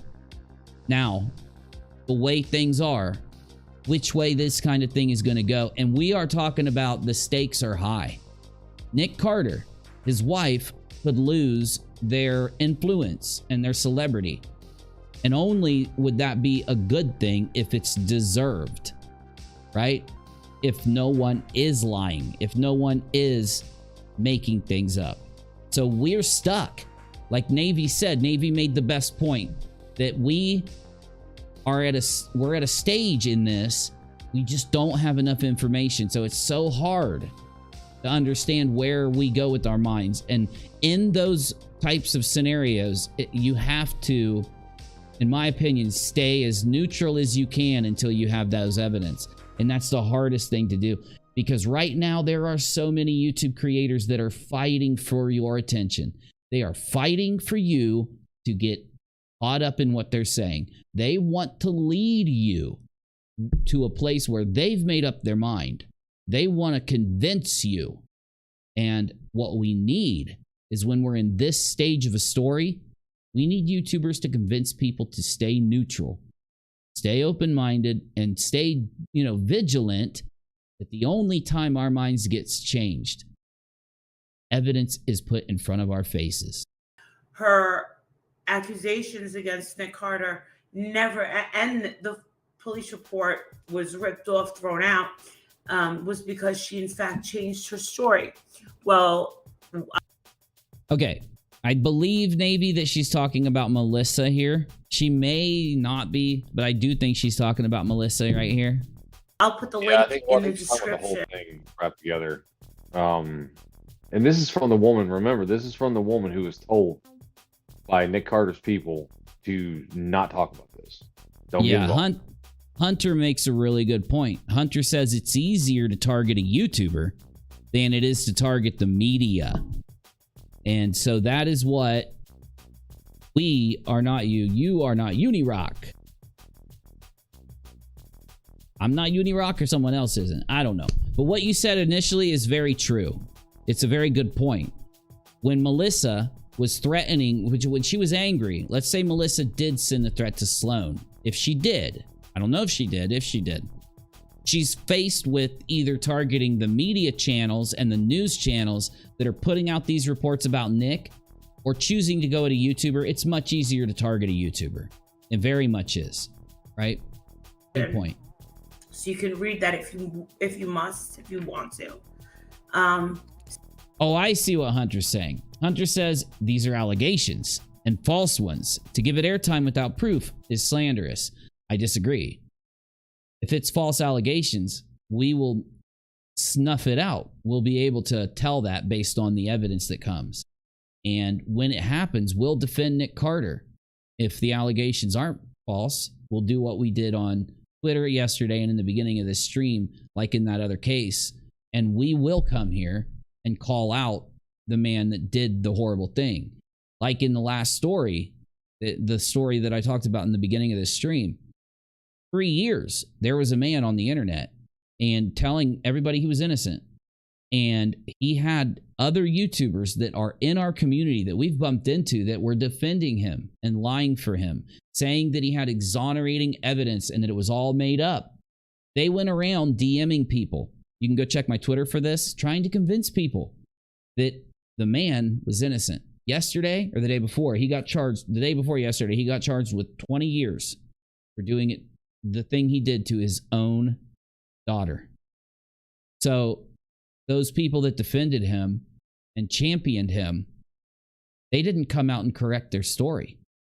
They didn't go to their channels. They didn't tell their audience they were wrong. They didn't tell their audience that he got 20 years and that he was guilty. They just left the audience being convinced that the exonerating evidence is there. So they probably assume that he did talk about it more and they just didn't see it. What we did was convince people to wait until we have evidence. We followed the story. We updated people for 3 years. And we did tell the community the truth when it came out. We stood by the victim once the allegation was confirmed into a charge and conviction by the police. It's the same thing we're going to do here. If Nick is innocent, if his wife didn't do it, if he didn't do it to these people, we'll help put it out. If it's the other way around and she ends up being right, we'll help there. The one thing I'm going to do, though, until there's facts that come out or until a conviction happens, is convince the communities, stay neutral and stay calm. Do not threaten anyone, right? Do not go out there and harm anyone, or, threaten to harm anyone is what I mean. Don't say mean things to either person, Like I always say, there's two sides, and until we have evidence, we have to believe both sides. We believe that she believes what she's saying, and we believe that he believes what he's saying. Eventually, facts will come out due to the lawsuits, right? Just talking about it, though, I think it's only slanderous or it's only wrong to talk about a story like this, depending on how you handle it, right? Depending on how you, because right now, my coverage is going to give credence to both sides. We're basically not going to hate on either side. We're not going to champion either side. you know?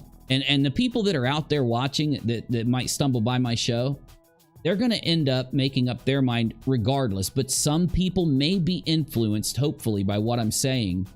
And also, the next time that they're thinking about taking a side without knowing what really happened, the next time they're thinking about putting that tweet out there, or maybe going to Nick Carter and typing mean things, or going to the victim, the alleged victim, and typing mean things, maybe they'll stop themselves and think about it a little bit and say, you know what?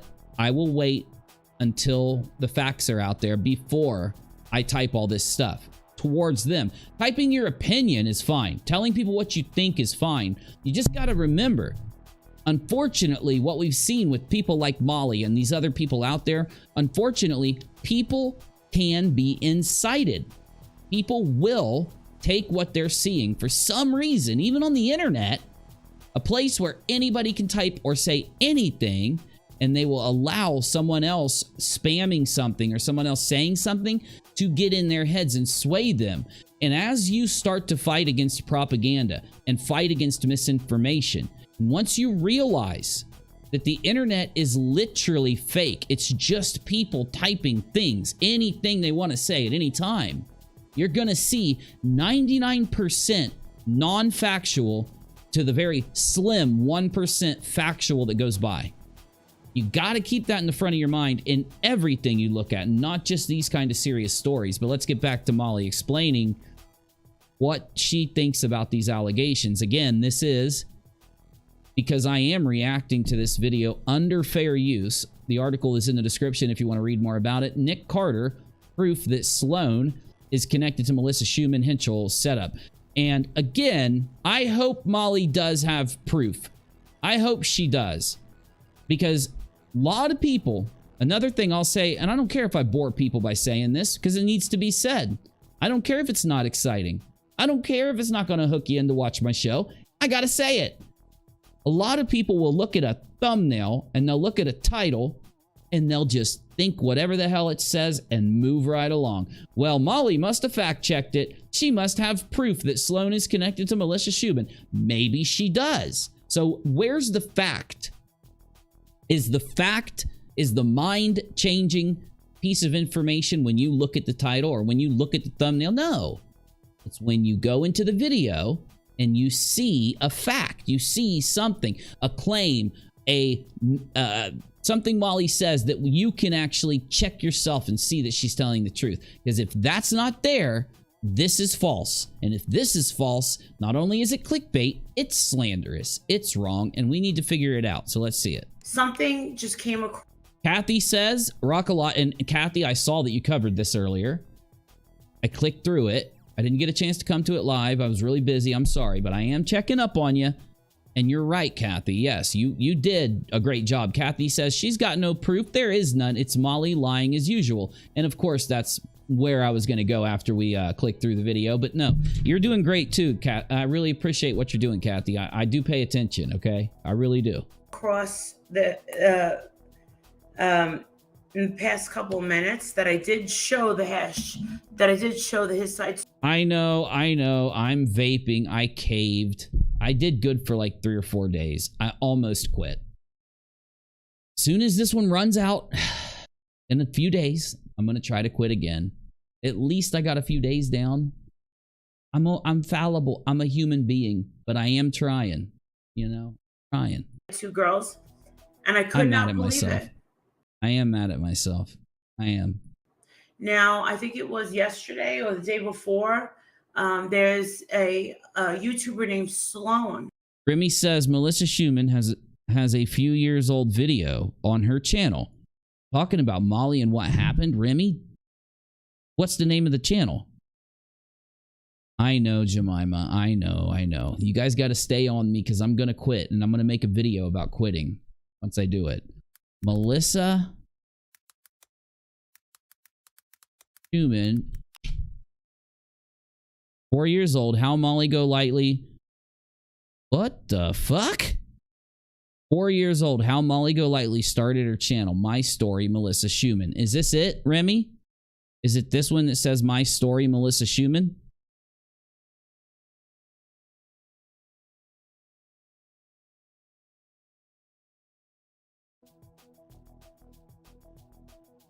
Do you guys care if we watch a little bit of this and then go back to it? I know we got 3 reaction videos, but can we watch a little bit of this? Tell me in the chat.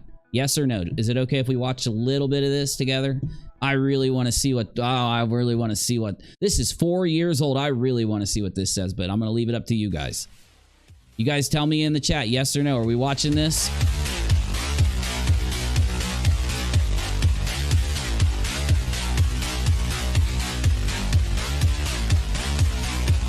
Jemima says yes. Keith says yes. Kathy says yes.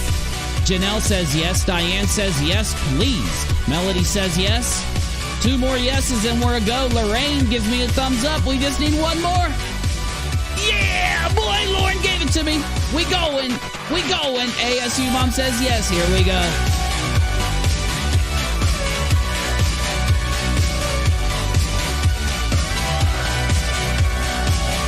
Wicked says, don't be mad, don't give up. Love you, man. I love you too, and I won't. I won't. Thank you.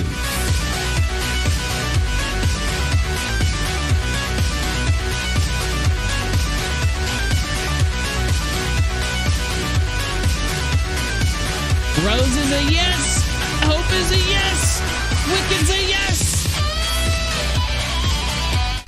Okay, Hunter, I will stop speaking to you, but listen.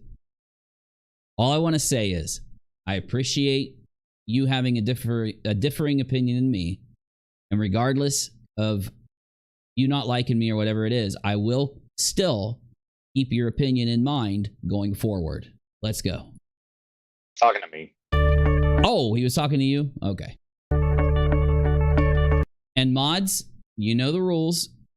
Only when someone breaks TOS, spams, maybe puts a bunch of lies in the chat or something or whatever, tax people. Or there's one more and I'm forgetting it. Oh, self-promotion.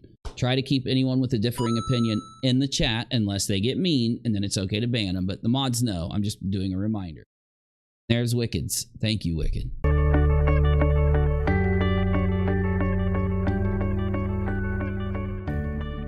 Hey guys. Molly said she has no victims. Molly was angry because she has no victims. This is a 4-year-old video.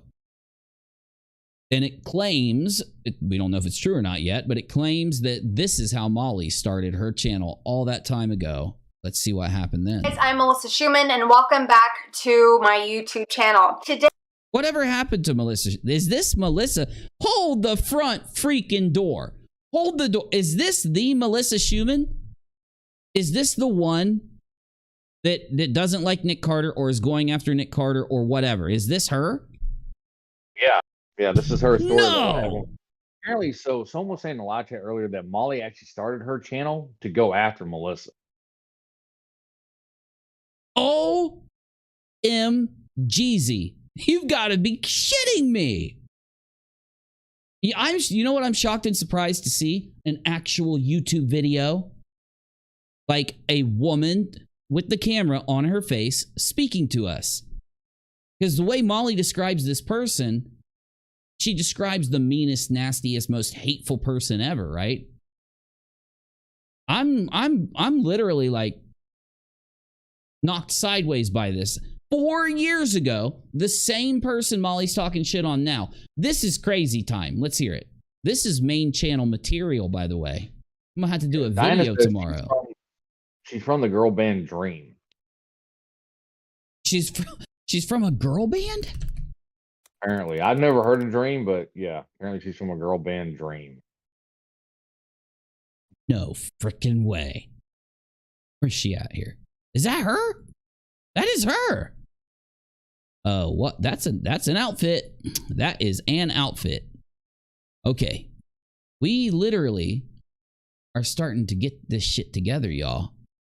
We are putting together the mystery of what's going on in this situation slowly. This is spooky time. Dream was an American. She did a song with Nick Carter back in the day. See, and I knew it. I knew it. I knew it. So that means she actually has some experience in this. Dream was an American pop girl group best known for their transatlantic hit song, He Loves You Not. I can't play it. I can't play it. I'll probably get a copyright strike if I do. I'd love to play it, but I can't. The group was active from 98 to 03 and briefly reunited in 15, releasing the single I Believe before disbanding in 2016. The group was originally formed in October. Talent scout Judith Fontaine selected Holly and Melissa Schumann. Does she have her own Wikipedia? What? She's got her own Wikipedia? Are you kidding me? Melissa Schumann is an American singer and actress best known for her role in the all-girl teen band Dream and their platinum hit He Loves You Not. Platinum? Schumann has gained success in acting with the period. Do you think Melissa would come on my show if I reached out? Whoa, that'd be crazy. We gonna try. We gonna try. We need to do it. We need to do it. Including Love Don't Cost a Thing, The Hollow, and Silent Scream. So she was in these movies. Love Don't Cost... That sounds like a movie I've seen. Love Don't Cost a Thing. I think I've seen this. Is that Nick Carter when he's young? I've seen this movie. I literally have watched a movie with this woman in it. This is crazy. She hosted TRL on MTV. Oh my God. In 2002, after Schumann announced she was leaving Dream to focus on her acting career and solo album, she appeared in Love Don't Cost a Thing in The Hollow and starred in Silent Scream. She recorded the song with The Hollow co-star Nick Carter. What? What? She recorded a song with The Hollow co-star, so she acted in a film with him. She had plans to release her first single, Don't, but the single and solo album were scrapped. As of November of 2010, the unreleased single, Don't, was released to iTunes. November 15, Schumann's unreleased solo album, Stereotyped, was released to iTunes. On January 28th of 2008, Schumann reported that she would be forming a new music group with the former Dream band, Ashley Poole, bandmate, and would be auditioning for Girls and even starring in a reality show to detail the new group's formation.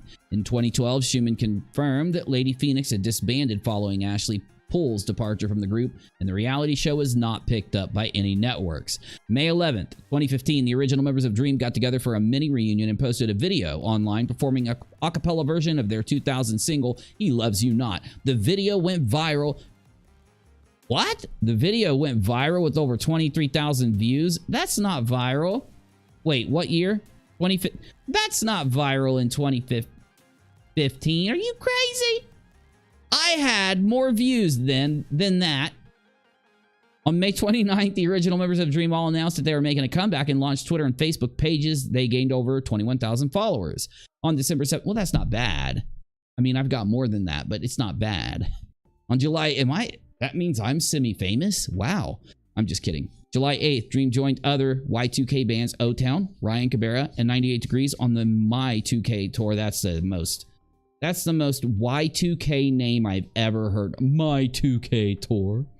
Kathy says Molly now attacks her husband, who is a professional dancer. It's sickening. What she says, I don't get why Melissa hasn't sued her yet because I'm sure she's got grounds. Let's hear it. Today, I'm going to respond for the first time, almost a year, speaking out against a lot of the attacks that I endured over the... So, wait a minute. Is this the first Dre? Is this the first Molly Dre situation where she takes somebody, defames, attacks, and slanders them and hits them with hit pieces constantly? Creates a narrative that she puts out to her audience, and it gets carried forward. Is this the first person that Molly Dre'd? Is what I want to know. The last... Basically, she's a very beautiful woman, and I get in a sneaking yes. suspicion that I'm a little jelly. She really is pretty. She reminds me of Rachel, to be honest, in her facial features. Rachel's got a really small nose, but other than that, she kind of looks like Rachel a little bit. 11 months.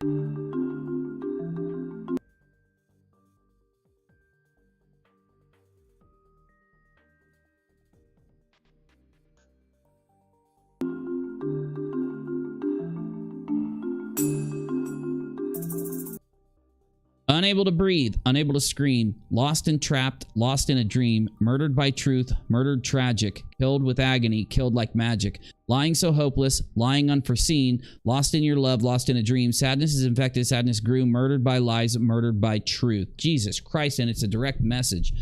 Why do people do this? I've never understood it.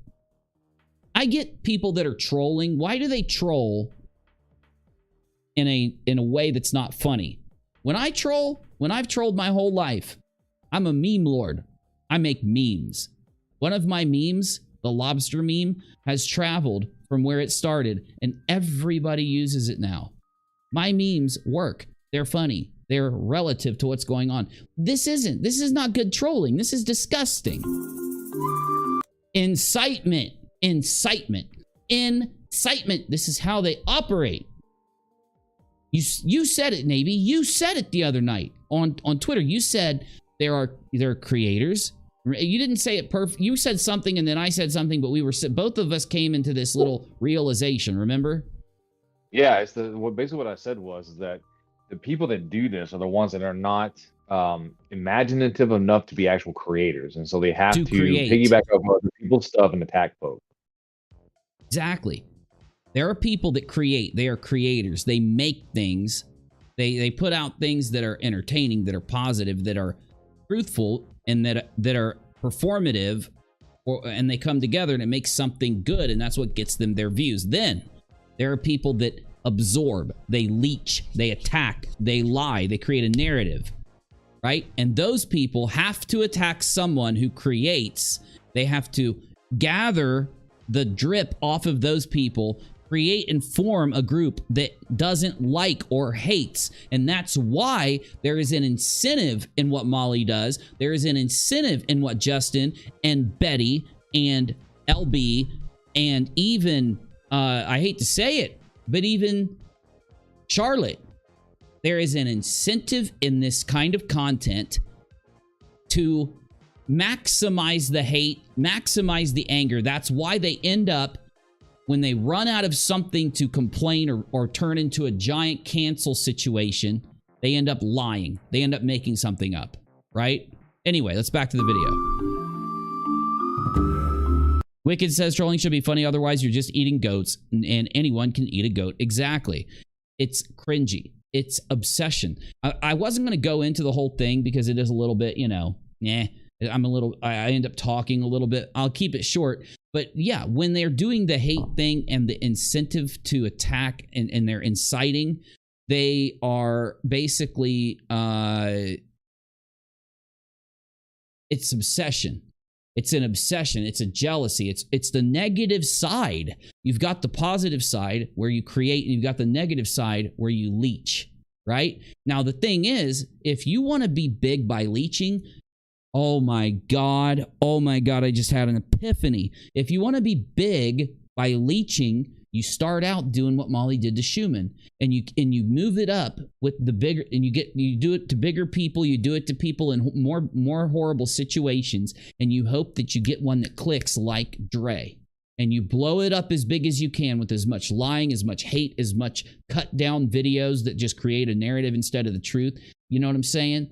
And the sad part is, what these people don't get is when you finally get someone that comes along and they put all the pieces out there, because you're lying, because you're hating, because you're jealousy, because of the evil side of everything you do gets annihilated with the littlest bit of truth. And that's what just sends them into a frenzy. We always have been able to expose completely the people that do this so that they lose the power in what they do just by archiving what they do, just by showing people, because the people that are incited believe the narrative. The people who are incited believe this hateful thing that's been built out of nothing. It's been built out of jealousy and anger and hate, which is nothing. It's nothing but cringy fucking sick behavior. And so that when you show the truth to the people that have been incited, they lose interest. They're like, wait a minute, I'm going after somebody for literally no reason. I'm literally, like, Dre didn't starve her kids, but I'm sitting here just spamming this to her. I'm fucking cringy. I'm lying. And they end up stopping and going and finding something else to do. And the littlest bit of truth is what curbs people like Molly. But what the sick thing is in looking at this and realizing this is that Molly has been doing this for years before we even thought.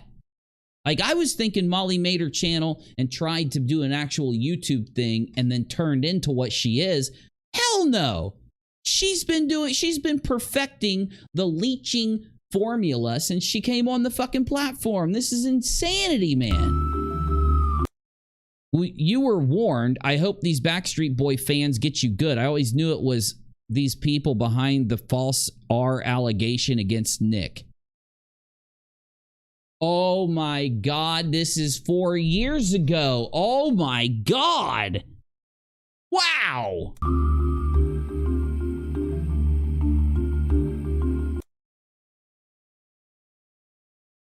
This is gross. Who is saying this shit?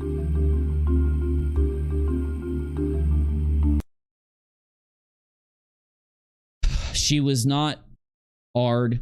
They slept together. After a while, he got bored, and she never got over it. Should have done your research before bringing a liar to your show, or is your show always about lies? Her show. She had a show? Oh my God, dude. Lying to Dr. Oz. What? Oh, was Schumann on a was Schumann on Dr. Oz? Oh my God. What the? I feel like I found a treasure trove of archives. Beginning. And then makes the post, I'm celebrating with my family. Yay. Molly, you wouldn't be making fun of her if you were right. Seriously, you would be spitting facts if you were right. I don't know if you're right or wrong here, but I'm going to tell you now, you wouldn't be making fun of her if you weren't doing this from a place of nastiness. So even if you're telling the truth, even if Melissa's lying, you still are jealous as fuck of her. And I mean, she's a successful, skinny, pretty girl. And she looks, she looks like Dre. She doesn't look like Dre in the face, but if you just put them next to each other, Molly likes to attack these kind of people. She likes to go after these kind of people. Well, and the funny thing is, guess what? Those two people are going to get way before Molly does. A reality TV show. I'm just saying. And yes, she most certainly did. Remy says, and Molly made sure to mention the fact that the woman that is spoken on camera is not only on the spectrum, but also has cerebral palsy. I don't understand. These aren't bad things. People on the spectrum. Makes her easily manipulatable, is what she's trying to point out. Yeah. I know. But the thing is, people that are on the spectrum aren't usually liars. That's the thing. I know it sounds crazy, but I know people that have family members. I have friends that are on the spectrum, and yes, they can lie, but most of the time they're not liars. And I'm not saying that in this situation that she wasn't manipulated, I guess, is what Molly's trying to convince people of, but it's just, we don't know. And if they are lying on Nick, it'll come out. Why hasn't Nick sued Melissa Schumann? I just don't understand why he hasn't sued her yet. She's been out here putting this kind of stuff out for 5 years, more than 5 years. Hell, she could have been doing this for 15 years for all we know, because it said in the thing, she was doing it around 2010. Well, that's, oh my God, I can't believe it's 2022. That's still a long time. Obviously, there's an issue out here. There is an issue. And the issue either is that they're lying on Nick for whatever reason, or the issue is that Nick's lying. And I don't know what to think. I don't know what to think. I'm going to keep going with this, but we'll see what happens. But million. Oh, she did show that? Good. Okay. Do you hear her voice, Navy? She's being that mocking little, thing she. What do we call it when she does this? What do you chat? What do we call it when Molly gets this voice and acts this way? I have no idea how to classify this. What is this little thing she's doing? What in the hell is it? Remy? It's like fake interest or whatever. Like she's feigning interest and but she's mocking and feigning at the same time. She's trying to feign that she's being nice. Rachel Lynn says snarky. Snark. Oh shit, dude. She's condescending. She's snarking and feigning at the same time. She's like fanarking.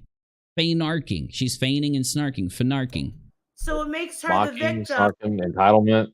Mocking, feigning, and snarking. Is all right. So her only defense is This is her only defense.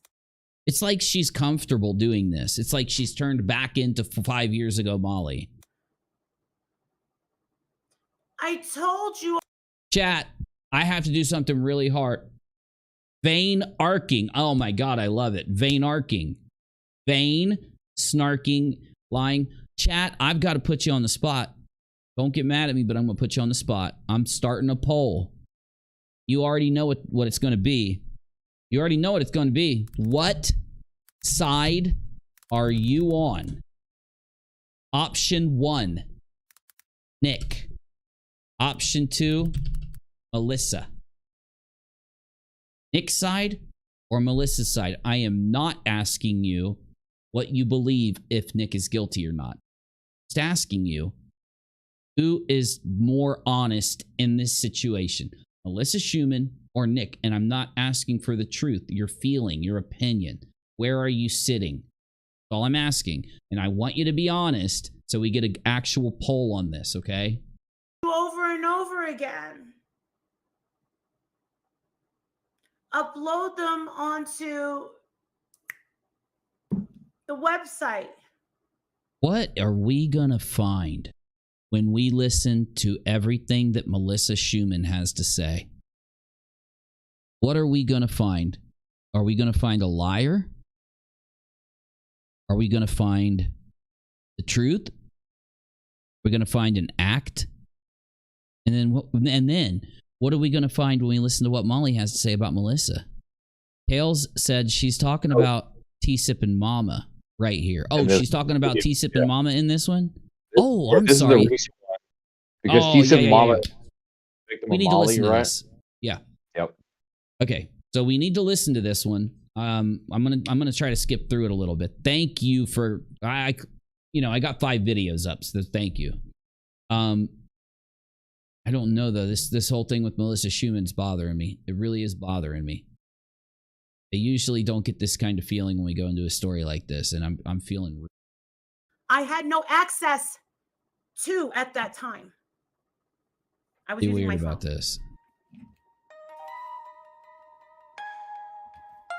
So from what T-Sip and Mama was telling me, she was doing the merch for Molly, and then I don't know what the actual disagreement was that happened, but she ended up like not being a Patreon anymore, and Molly flipped out, and that's one of the reasons why she's doing the video. Got it. I was like, what? Now this is the thing. My problem is this. This is what my problem is, and then that's the end. Number 1, okay? Don't claim you're a fucking victim, okay? That just sounded funny. Molly, people can claim they are a victim of you if they're a victim of you. I'm a victim of your doxing. You came at my family hard and you know it. And it didn't have a single effect and you backed off. But you know there are people out there that you have sent your people at that have sat and just berated them.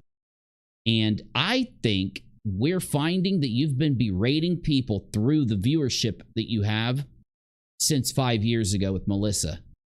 And whether Melissa's right or wrong, you've still been doing that. I think you're a troll. I think you're a troll that's sitting at the top of a little troll group. And I think you've got these little worker trolls below you. And you, through your content, through your body language, okay, I guarantee you I'll be able to point it out. When you are inciting with your body language, when you're giving them an order with your language and your body language combined, and you're sneaking it in there, I'm going to be able to put this out. I'm going to be able to document this. And I think we just got the formation of the GoLightly. And I think that's why you call yourself Molly GoLightly. It's to put an image in people's heads that you are kind of slowly tiptoeing through, because you want them to believe that. In reality, you are destructively stomping as you go. You should be called Molly Stomp Hardly. Okay? Justin and everybody else over here. China shop. Said Molly Bull in a China shop. We're over here going to real victims' fucking houses. There were 4 kids, and Molly, are you joking? You are talking about victims of these really like bad crimes that are happening, and you try to bring them up to distract from the fact that you are being nasty, mean, TOS violation, inciting people to harass yourself. It's almost like, wait, stop looking at what I did. Here's a violent crime. And it is you still using those situations in a way to, you're selfishly using the crime. You're selfishly using everything you deflect to. When you deflect to Dre, when you deflect to the girl you mocked, what's her name, Navy? The girl she mocked nastily. You know what I'm talking about, though. When you deflect to these crimes, these people that have experienced these things, you're just trying to say, don't look at me while I'm doxing and threatening and harassing and inciting people. But see, that's my job. My job is to go in and look at all this shit that's archived on the internet and figure out whether you have been doing this on purpose in a malicious way or figure out whether you're not. And I'm an expert at this shit. And when I say I'm an expert at this, it's different than when you say that you're an expert at something, because I've got a track record going back 8 years. I've done it successfully this whole time. I know when I'm sniffing this whole thing out, where you're sitting here literally just, you've got a network underneath you. And then the worst part is the structure, because you have a structure where you target these victims. You're not targeting the crime. You're not going out there and targeting the crime. You're targeting the family members of the crime. You're targeting family members of the perpetrator, or family members of the person who experienced the tragedy, like Marvan's family. Because if you targeted the victim, you wouldn't really have a lot of content. You target the perpetrator, you're put up next to all those other people out there that are calling out that perpetrator. So you have competition. But nobody targets family members. Nobody targets people near the victims in this kind of stalky, obsessive, negative way, other than you, Justin, and Betty. You all know you fucked up. You know how you fucked up? You fucked up with the doxing. The doxing and the attacking people. If you wouldn't have did that, you'd probably be able to do this forever, and no one would notice. And it's not because you doxed people, and that is the thing that stays. The people that you doxed started to archive all of your shit. Everything's out there. Everything you've ever done. You, Betty, Justin, all of you, from that first person you harassed to now, is archived on the internet. And all it takes is a YouTuber to come by and put it all into the truth. Exactly what I've done the last few months. And I will finish putting it together. I will put it out. You will have it sent, everything you've done, to every network you're on. So you better hope you didn't really do all this stuff that people accuse you of. Well, we know you did anyway. And we're going to move on to another community, because that's what we do. Idaho that had their fucking throats slashed and they were stabbed to death. This is sick. This is sickening. This is sickening. Yeah, it's gross. And the thing is, like, here's what happens, because what the live chat was telling me. So apparently, T-Zip Mama had done like 10 graphics for Molly. Molly only paid her like $300, right? And then trashed her, right? And now, in order to try to distract from what she did, she's going outlandish and stating that T-Zip Mama, claiming that she's the victim of Molly, is associating herself as if she were the same thing as what happened in 4 Kids in Idaho. Hey, Kendra. Kendra says, I think it's worth a mention that Nick, being Aaron Carter's brother, was probably in her mind as a potential client while she was doing this. Not that it was more than delusion. True. And Hunter said something really good. He said, anyone Molly criticizes is immediately going to look like a believable angel because Molly is reprehensible. She's a name dropper and a high-level grifter. That's true. Hunter, that's an excellent point. I meant to say that, too. I'm in a different way. I was going to say we have to make sure that we don't just believe Melissa Schumann, or we don't just believe people that Molly target. We have to go with evidence. That's why when Mama came in, I said, if you have anything, any evidence to send, because I want to, in the same way with the situation with Nick and Shay, I also, when someone comes in and tells me Molly did something to them, I believe them. I give them the believability. and then I look at the evidence and I do what I have to do with it. You get me? And I hate to have to repeat that. I know some of you get sick of hearing me say that, but I got to make sure, because a lot of new people float by and they're expecting to come in and basically hear me taking a side. And it is a little bit different when you get in here and you realize we're not going to take a side. We're not here to take a side. We're just here to figure out the truth and put out the truth. Put out a video that shows what happened. That's it. That's where the content comes from. We just go live, and when we're not live, we're doing this without you guys. I hate doing it without you. I like doing it with you. But when we're not live, we're doing the same thing all day. We're putting it together. We're getting it ready. And when we're done, you know, let's say we stumble upon a creator who doesn't do this. Let's say we stumble upon a creator. She's being accused of all this insanity. When we get done, we're going to say, yeah, we don't have anything. There's no evidence. She seems to have not done this. But if we come across a creator and all she's done for 5 years is target people and lie and dox and attack, we're going to have a video, and it's going to be long. Lauren says, apparently T-Sip and Mama was a donor on Patreon, and MGL attacked her when she canceled her Patreon support. Yeah, Navy just told me that. Definitely. And thank you, Lauren. I appreciate the support very much. Definitely. And I believe that this is what Molly does. This is something that we saw in previous fraud raisers. You guys know, if you were around in the last fraud raiser, what did they do? They tracked their patrons. They went into a group, okay? And they would sit there with like 7 creators, and they would all look, they'd grab the information on their patrons, and they would talk about who's giving them the most money. And they would go to those people, influence them to give money to their friends and not give money to their enemies. We had this in one of the last fraud raiser investigations. This was part of it. And by doing that, when someone would realize they are being manipulated, they're being, you know, this is why I don't interact differently with you if you donate to me or if you support me. I try to treat everybody equally, because I don't want to create a dynamic that when they started doing that, tracking their patrons and sharing their patrons, they got to that point because that dynamic happened where they had $1 million donor. This is not a lie. They had $1 million. The dude was a donor, and he had like $57 million was his net worth. And he was this rich dude in Australia, and they milked him, and they just used him for money. They set up a stipend where the millionaire would pay almost like a wage to one of the fraudsters until his wife found out what was going on and yanked it out from under him. It's insanity, but these things happen on this platform, and they happen because people do this. They start 5 years ago like this, and then they turn into what we saw with the Letitia fraud raiser and Dre. And I do fully believe that the Letitia fraud raiser was not a coincidence. I do not believe Letitia's fraud raiser was a coincidence.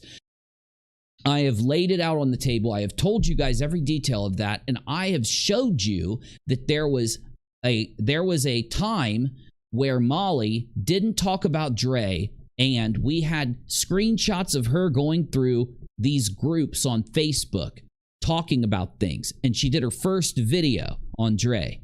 And her first video on Dre was just as nasty and just as evil. Where did the narrative come from in that fraud raiser? Remember, I was sitting here. Where did the narrative come from? How did Molly choose that Dre was going to have the starvation narrative, the murmur narrative, the poison, all the narratives they used a week later to start this massive fraud raiser? Where did it come from? It wasn't coincidental. It wasn't like Molly was sitting there like, I'm looking at the Dre story. I'm going to say she did all these things. Obviously, she got it from those groups. She met somebody who was doing this to Dre, who was going after Dre, and got primed with the narratives against Dre. And then goes to YouTube, puts it out for about a week, and brings Letitia in so that Letitia can monetize the lie. So they created the lie about Dre, and then they monetized it. And then they doxed people when they asked for refunds. Many people, which is exactly what's happening to Mama, is why I brought it up. Because Mama was a patron. Molly gets money from Mama, right?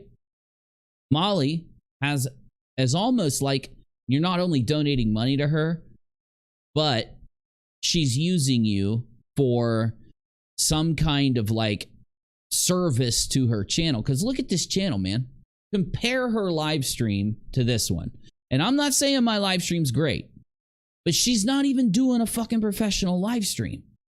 She's not even doing an OBS studio programmed professional live stream. She's not going in and making the art. She's not making the graphics. She's not, you know, getting music that she can use and making sure she can play it and putting together a production.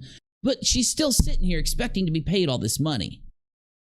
She just sits and talks. There's no content. So what my point then again is, why is she milking people to do work for her, right?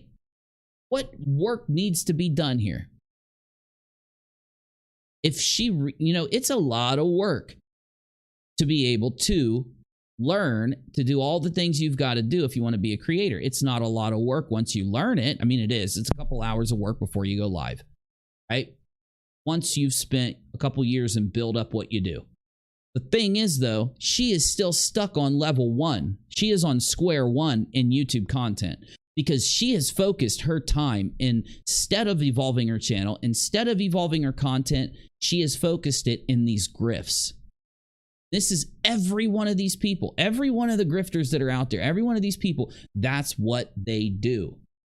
They put their time into building a social network to work for them while they pay them.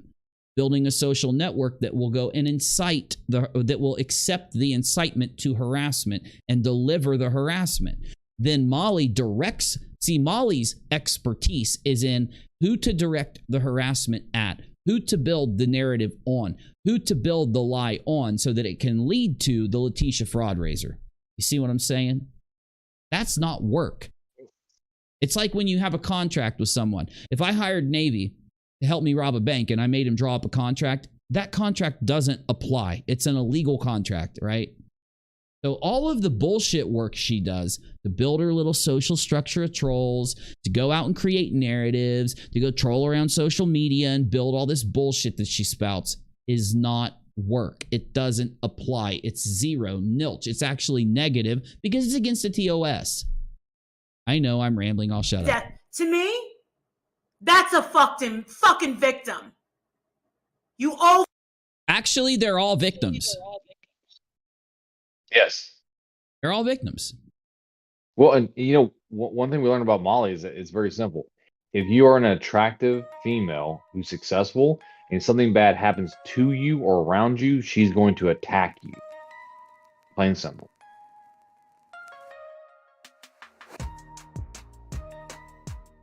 Oh, I think Uni had to step away for a second. I'm back. I'm here. I could hear you. I just had to run and grab my charger. Oh no, you're good. You're good.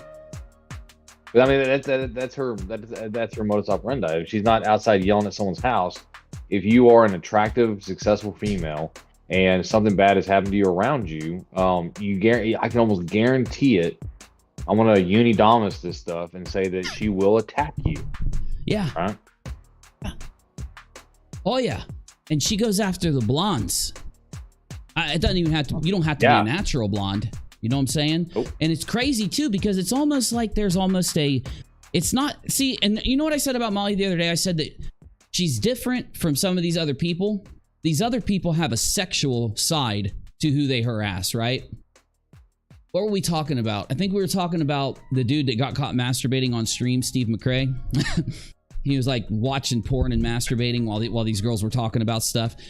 The people he harasses, there is a sexual side to it, right? Molly doesn't have that aggressive sexual side, but there is kind of like a sexual, hint to it because the things that she envies in these people is their sex appeal. She envies their beauty, their sex appeal, and their personalities. And you know that now you'll say, how do you know that? Because that's what she mocks. That's what she tries to mimic. That's what she tries to imitate. It's what she desires. And it's what she mocks. And that's how you know that it's not. See, and that I said that Molly doesn't have that sexual side to her harassment.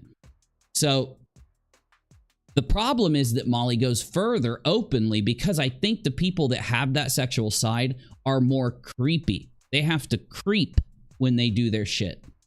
They got to creep when they attack their victim. They don't want to put the sexual side out in front. It has to be this thing that's layered. Because if it was, then they would be able to scream sexual harassment more often than they already do. You get me? So Molly doesn't have that consideration of the creep. And it's more open. That's why you see her do this shit and not even care. Right in front of everybody. She's out in front with it because the sexual side of things is more of the envious effect of it as opposed to the actual process. I'll shut up now. I'll shut up now. Overprivileged fucking skank. She's looking in the mirror here. Yes, she is. What do I always say about them insulting people? They're projecting. Hashtag project too much. Hashtag projection. How dare you ever call yourself a victim of anything? How dare somebody? By screaming, how dare this person do this, you're insinuating that they have some kind of atrocious behavior that you consider rare, that you consider inappropriate. But you're the one on screen doing it. You're the one actually putting it out. Not them. Not them. Again, you're projecting. You're describing yourself, yelling at yourself because this person, by leaving, this person, by exposing this part of you, by being willing to go, you already know she's going to come to my stream, and you already know she's going to tell me what you did, and you already know we're going to talk about it while you're ranting. And you're pissed. You're mad because you know you don't want me to have another example of you doing this to someone. You don't want another current example of it because you know just about a week ago I said if she just calm her shit, we wouldn't have to. You think I want to do this, Molly? You think I want to have to check my fucking email every day? You think I want to have to check my DMs? I never do. I haven't done that shit in years. And I got to look every fucking day to see what they're saying to me and if they got back to me yet. I would rather this not be happening, but you cannot keep doing this. It just can't be this way. Jesus. You are fucking paid! You asshole! What the fuck she just say? Fucking paid! Call yourself a Hey. victim of anything. You were fucking paid! Oh, you were fucking paid. You Oh, were fucking paid. she's talking about when she paid Mama, right? Right. That's what I was saying Okay. earlier. Apparently, Mom and Molly only paid her like $300, and then trashed her. I'm assuming that Mama, like, I know Mama's not in chat anymore, but she is emailing. So I'm assuming Mama was like more money for this, and then she got trashed. Yeah, I'm I want to guessing. know what the rate was. I want to know, and if they didn't agree to a rate, that's fine. Sometimes that happens. Sometimes people don't agree to an initial rate. I want to know if they did agree to an initial rate. I want to know what Mama was supposed to get paid compared to what Molly tried to give, and I want to suss this out because I think what Molly's trying to do is use the patrons to do work for her. So basically, if she went out to Fiverr or went out to any other site and had to pay somebody to do these things for her, it'd be like $2,000, $4,000, $6,000. No joke, right? A good graphics artist, a good whatever she's wanting is going to cost money for more than just one or two things. If you have to get a bunch of stuff, it's going to cost thousands. What she does then is say, well, I'm not paying that, and goes to Patreon and finds somebody who can do it and tries to say, oh, I'll give you 300. But what Molly knows, you're on her patron. So she gives you 300 now, within 50, 100, within 6 months, you've already given her the money back. So when you leave, you've taken her money. She's expecting to get that money back through the Patreon payments. And if she gave you $300 and then you stop being a patron, well, now she's not getting her money back. You stole from her in her mind. So she gets to treat you like this. Exactly, Melody. Exactly. You asshole! No wonder people think you're a fucking freak! No, but nobody thinks that Mama's a freak. You're literally staring in the mirror again. You're looking at your phone or your tablet, and it has a square on it that shows what the camera's pointing at that we can't see, but you can. Because I can see myself right there, right now, down here in the corner. And I look at the camera unlike you. You're looking at yourself. You see how your eyes are cocked? You're looking at yourself. You are literally screaming at yourself that you're a freak. You are screaming every insult at yourself, looking at you in the camera. It's like looking in a mirror. You are a very strange person.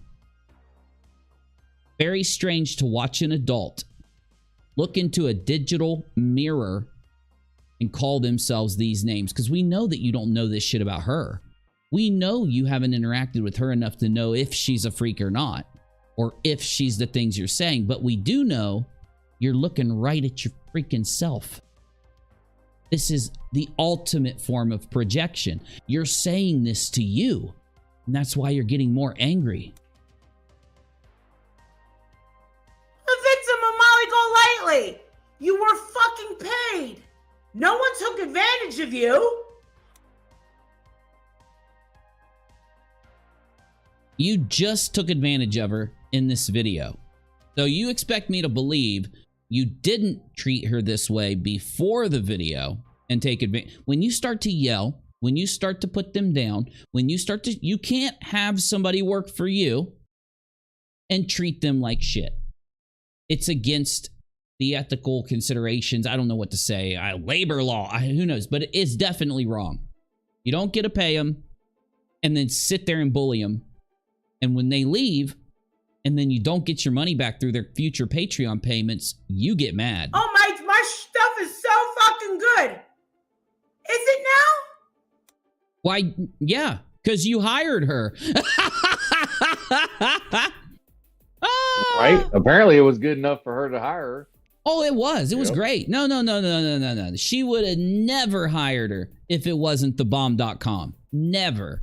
This whole fucking scheme right here never would have popped off if it wasn't good. You wouldn't have paid her $300 if it wasn't good. If it wasn't enough, you would have said, yeah, thanks for offering, but it's not that good, so I'm going to find someone else. The fact that you paid her debunks you putting on the act that she's not good. Nice try. Nice try, Molly. Who got their stuff? Why aren't they sporting it? Jilly Bean, I'm starting to like it too. I'm starting to have fun with I had this. to shell out more money that I shouldn't and I should not have to. You're lying, because you should have had to pay way more than $300 for what you wanted. Right? What you did is hire a patron so that you wouldn't have to pay a normal wage. And when the patron realized that part of the deal was you treating them like shit, they left. And then you started to do all of your little tactics to them. You are inciting your audience to go after them right now. You are turning a patron who is, mixing with the other patrons, mixing with the people in the chat. You want to make sure through this performance that you're turning them into the enemy. You're turning them into the bad guy. You're ostracizing them from your cult. Molly, I think it's time for me to reveal the truth about my investigation. You have to have known that I expose online cults because I just got done doing it successfully. And yes, I've come to the determination that through your oppressive, disgusting, forceful behavior and the specific way you employ it against the people you use, I've come to the determination you are a cult leader to a small group of people.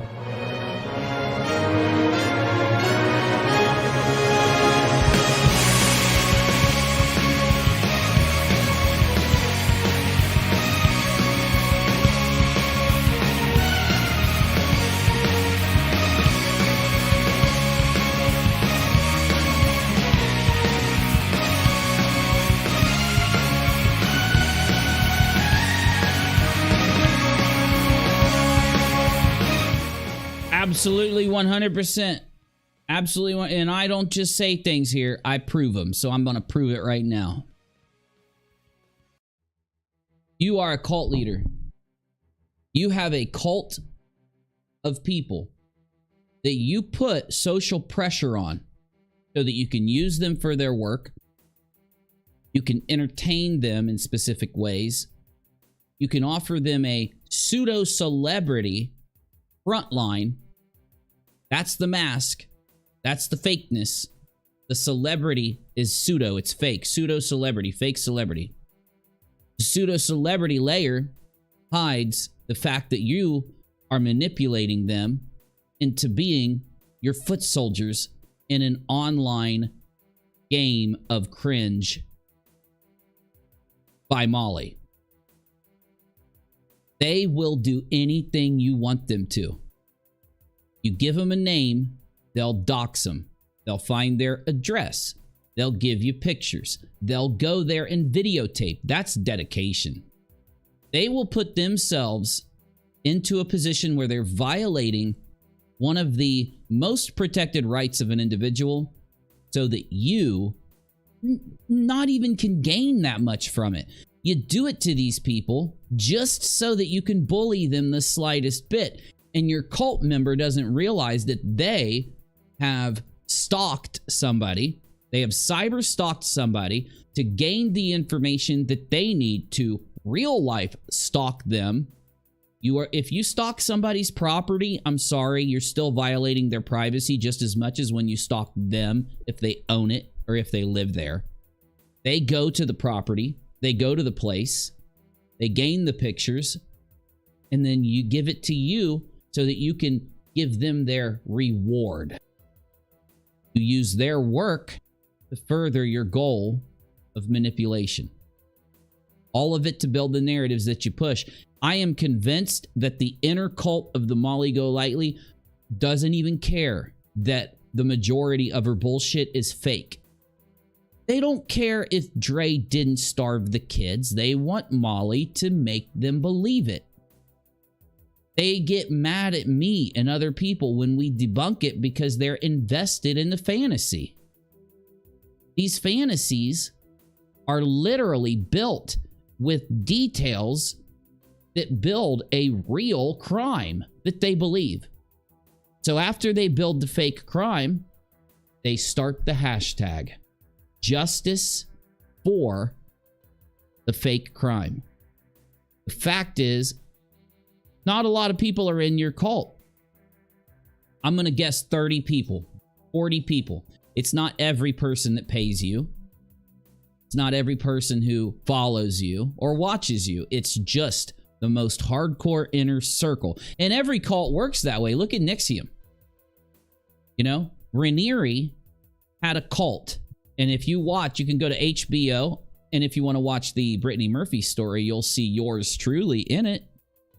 Did you know that I'm in the Brittany Murphy documentary? I'm much more of a celebrity than Molly GoLightly is.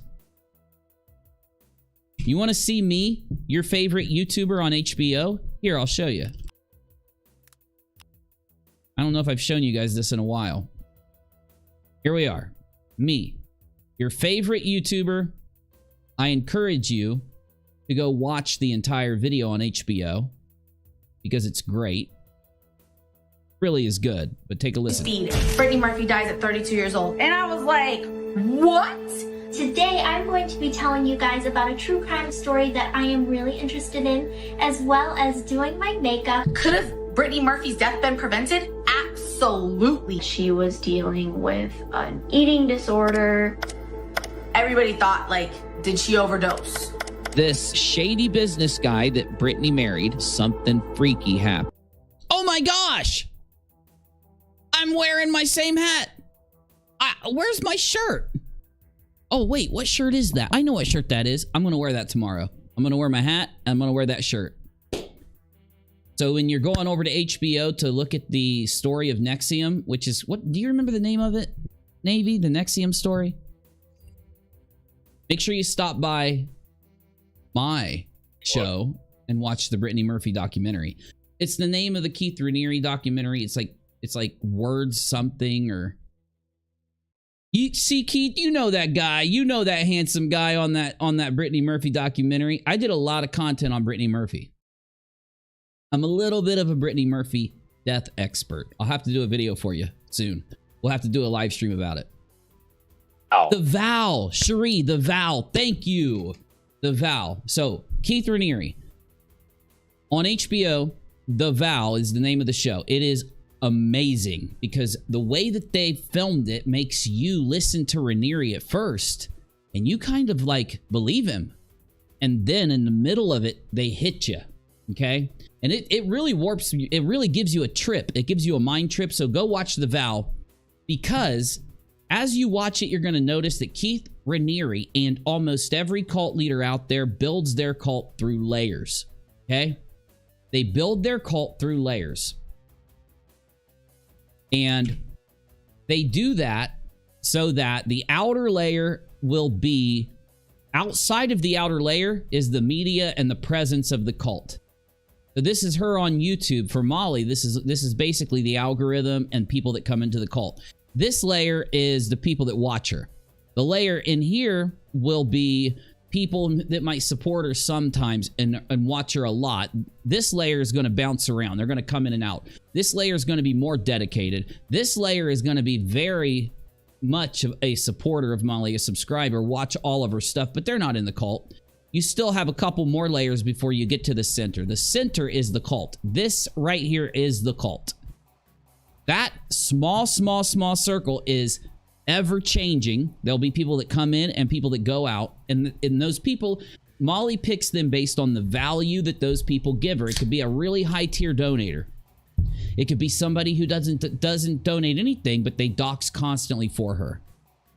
And she uses her celebrity status that she's gotten from different celebrity interactions to pull people into the center so that she can find ones that will not have a moral objection to dox, harass, and go after people. And you cannot tell me that I'm wrong. You could tell me you don't agree with me that it's a cult in the very center, but I'm not wrong that she has this network of people.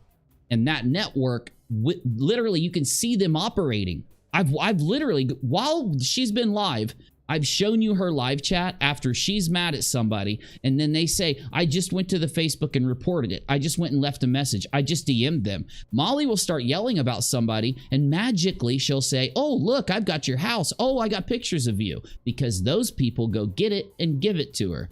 People like Goose. Goose is in there. And eventually, just like every one of these groups, we will have an inner member that defects on Molly and realizes that they've been manipulated, and they'll come out and start talking.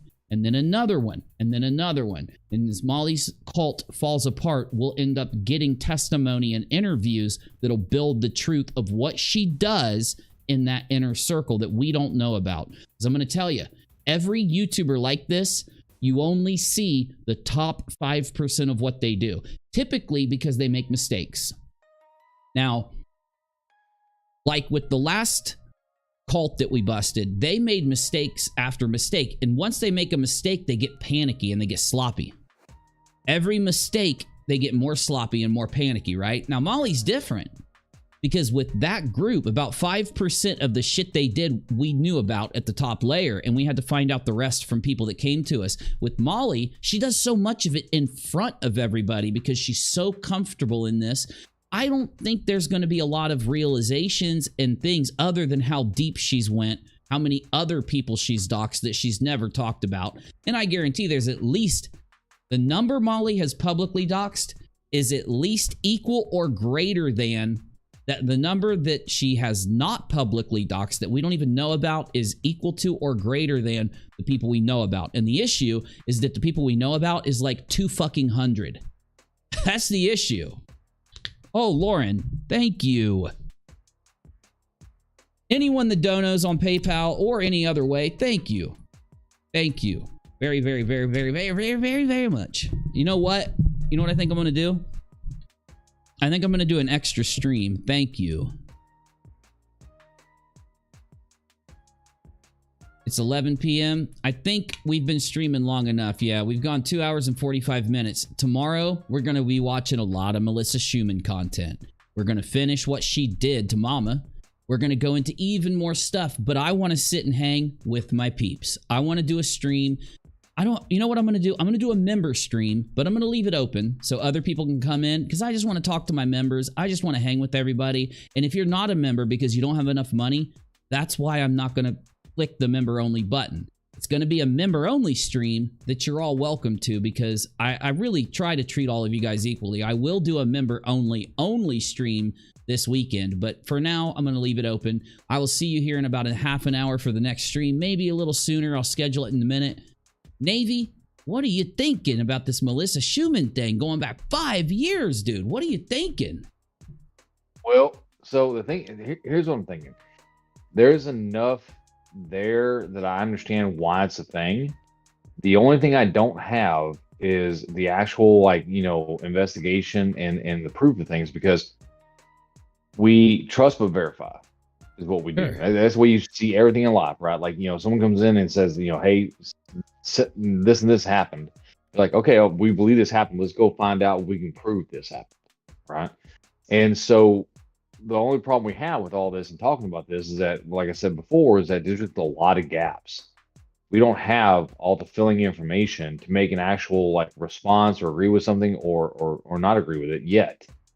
So hopefully what happens is that more information will come out. We'll be able to sit there and look at it and give an opinion, which is only an opinion. We're not legal people, right? Yeah. And be able to kind of look at it and be like, you know, yeah, I believe her, or no, I don't, or I believe him, or this, that, and the third. But as of this moment right now, I don't think we have enough. We don't. And that's what I hope Melissa will give us. Melissa Schumann. And I'm going to hope, you know, in other stories, it's always been a little bit hard to get somebody that will come in and actually talk to us. Melissa might, instead of coming on the show, maybe she'll just do a phone call, or maybe send us an email in the very least, or even do a public upload. I don't even care what it is. I want to be able to get her her timeline. I want a timeline, right? I also want my viewer count. I turned my viewer count off to record a video, and now I can't find it. Son of a bee. I'm trying not to curse so that I don't get demonetized, guys. Okay, hold on. I'll find it real quick. You know what? I'll find it in the next stream, dude. This says viewer count. It's not working. It's at the wrong channel, because I got 2 channels set into this thing. That it? What is that? Oh, that's the live chat. Oh, my lord, dude. Oh, I think I found it. Oh, I found her. Okay, good. There it is. Let's put it down there, because I don't like that. I don't like it being up there. I just lost it again. Just kidding. It can go really good right here, right under our names. Oh, yeah. Perfect. Okay. This stream went a little long because it's the bomb. This stream was the bomb. It's going to be very watchable on the replay. And hopefully, I can keep doing that. I really feel like when we started, up until a couple hours in, it's very watchable for people on the replay. That's a good thing. So, we're going to find out what happened to Melissa Schumann. We're going to learn what got Molly started on this platform. And we're going to put together the timeline, tell the story of one of the most destructive, one of the most insane, and one of the most volatile YouTubers that have ever existed on the platform. And we're going to put it out so that everybody on YouTube knows the truth. They'll have a source for when Molly attacks them in the future, doxes them in the future, threatens them in the future. They'll have a source that will tell the full story of what Molly has truly done to gain her place on this platform. And if YouTube does their job, if they will just do their damn job, YouTube, getting pissed off. How can someone keep doing this without us being able to effectively, in a good amount of time, help them? It's not that they're not doing anything, it's that it takes forever. That has to change. I don't know what we got to do.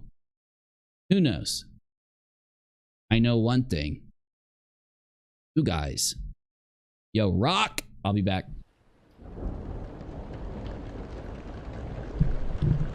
We will be right back for a member stream open to everybody in 20 to 30 minutes. Make sure you come, because I want to see your smiling faces again on the next Unirock Live, broadcasting from the East Coast of the United States of America.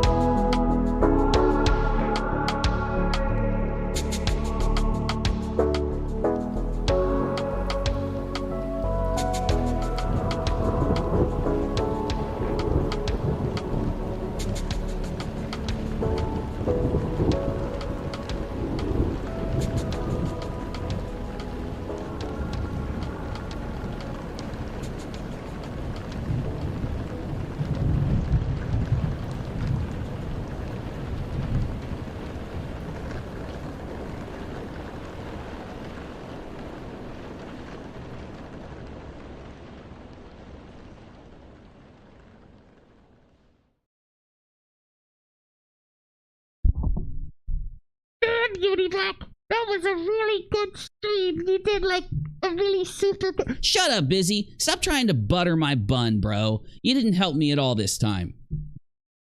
Better perform next time. Better, or you're out. Put you in the oven. I'll burn your buns, buddy.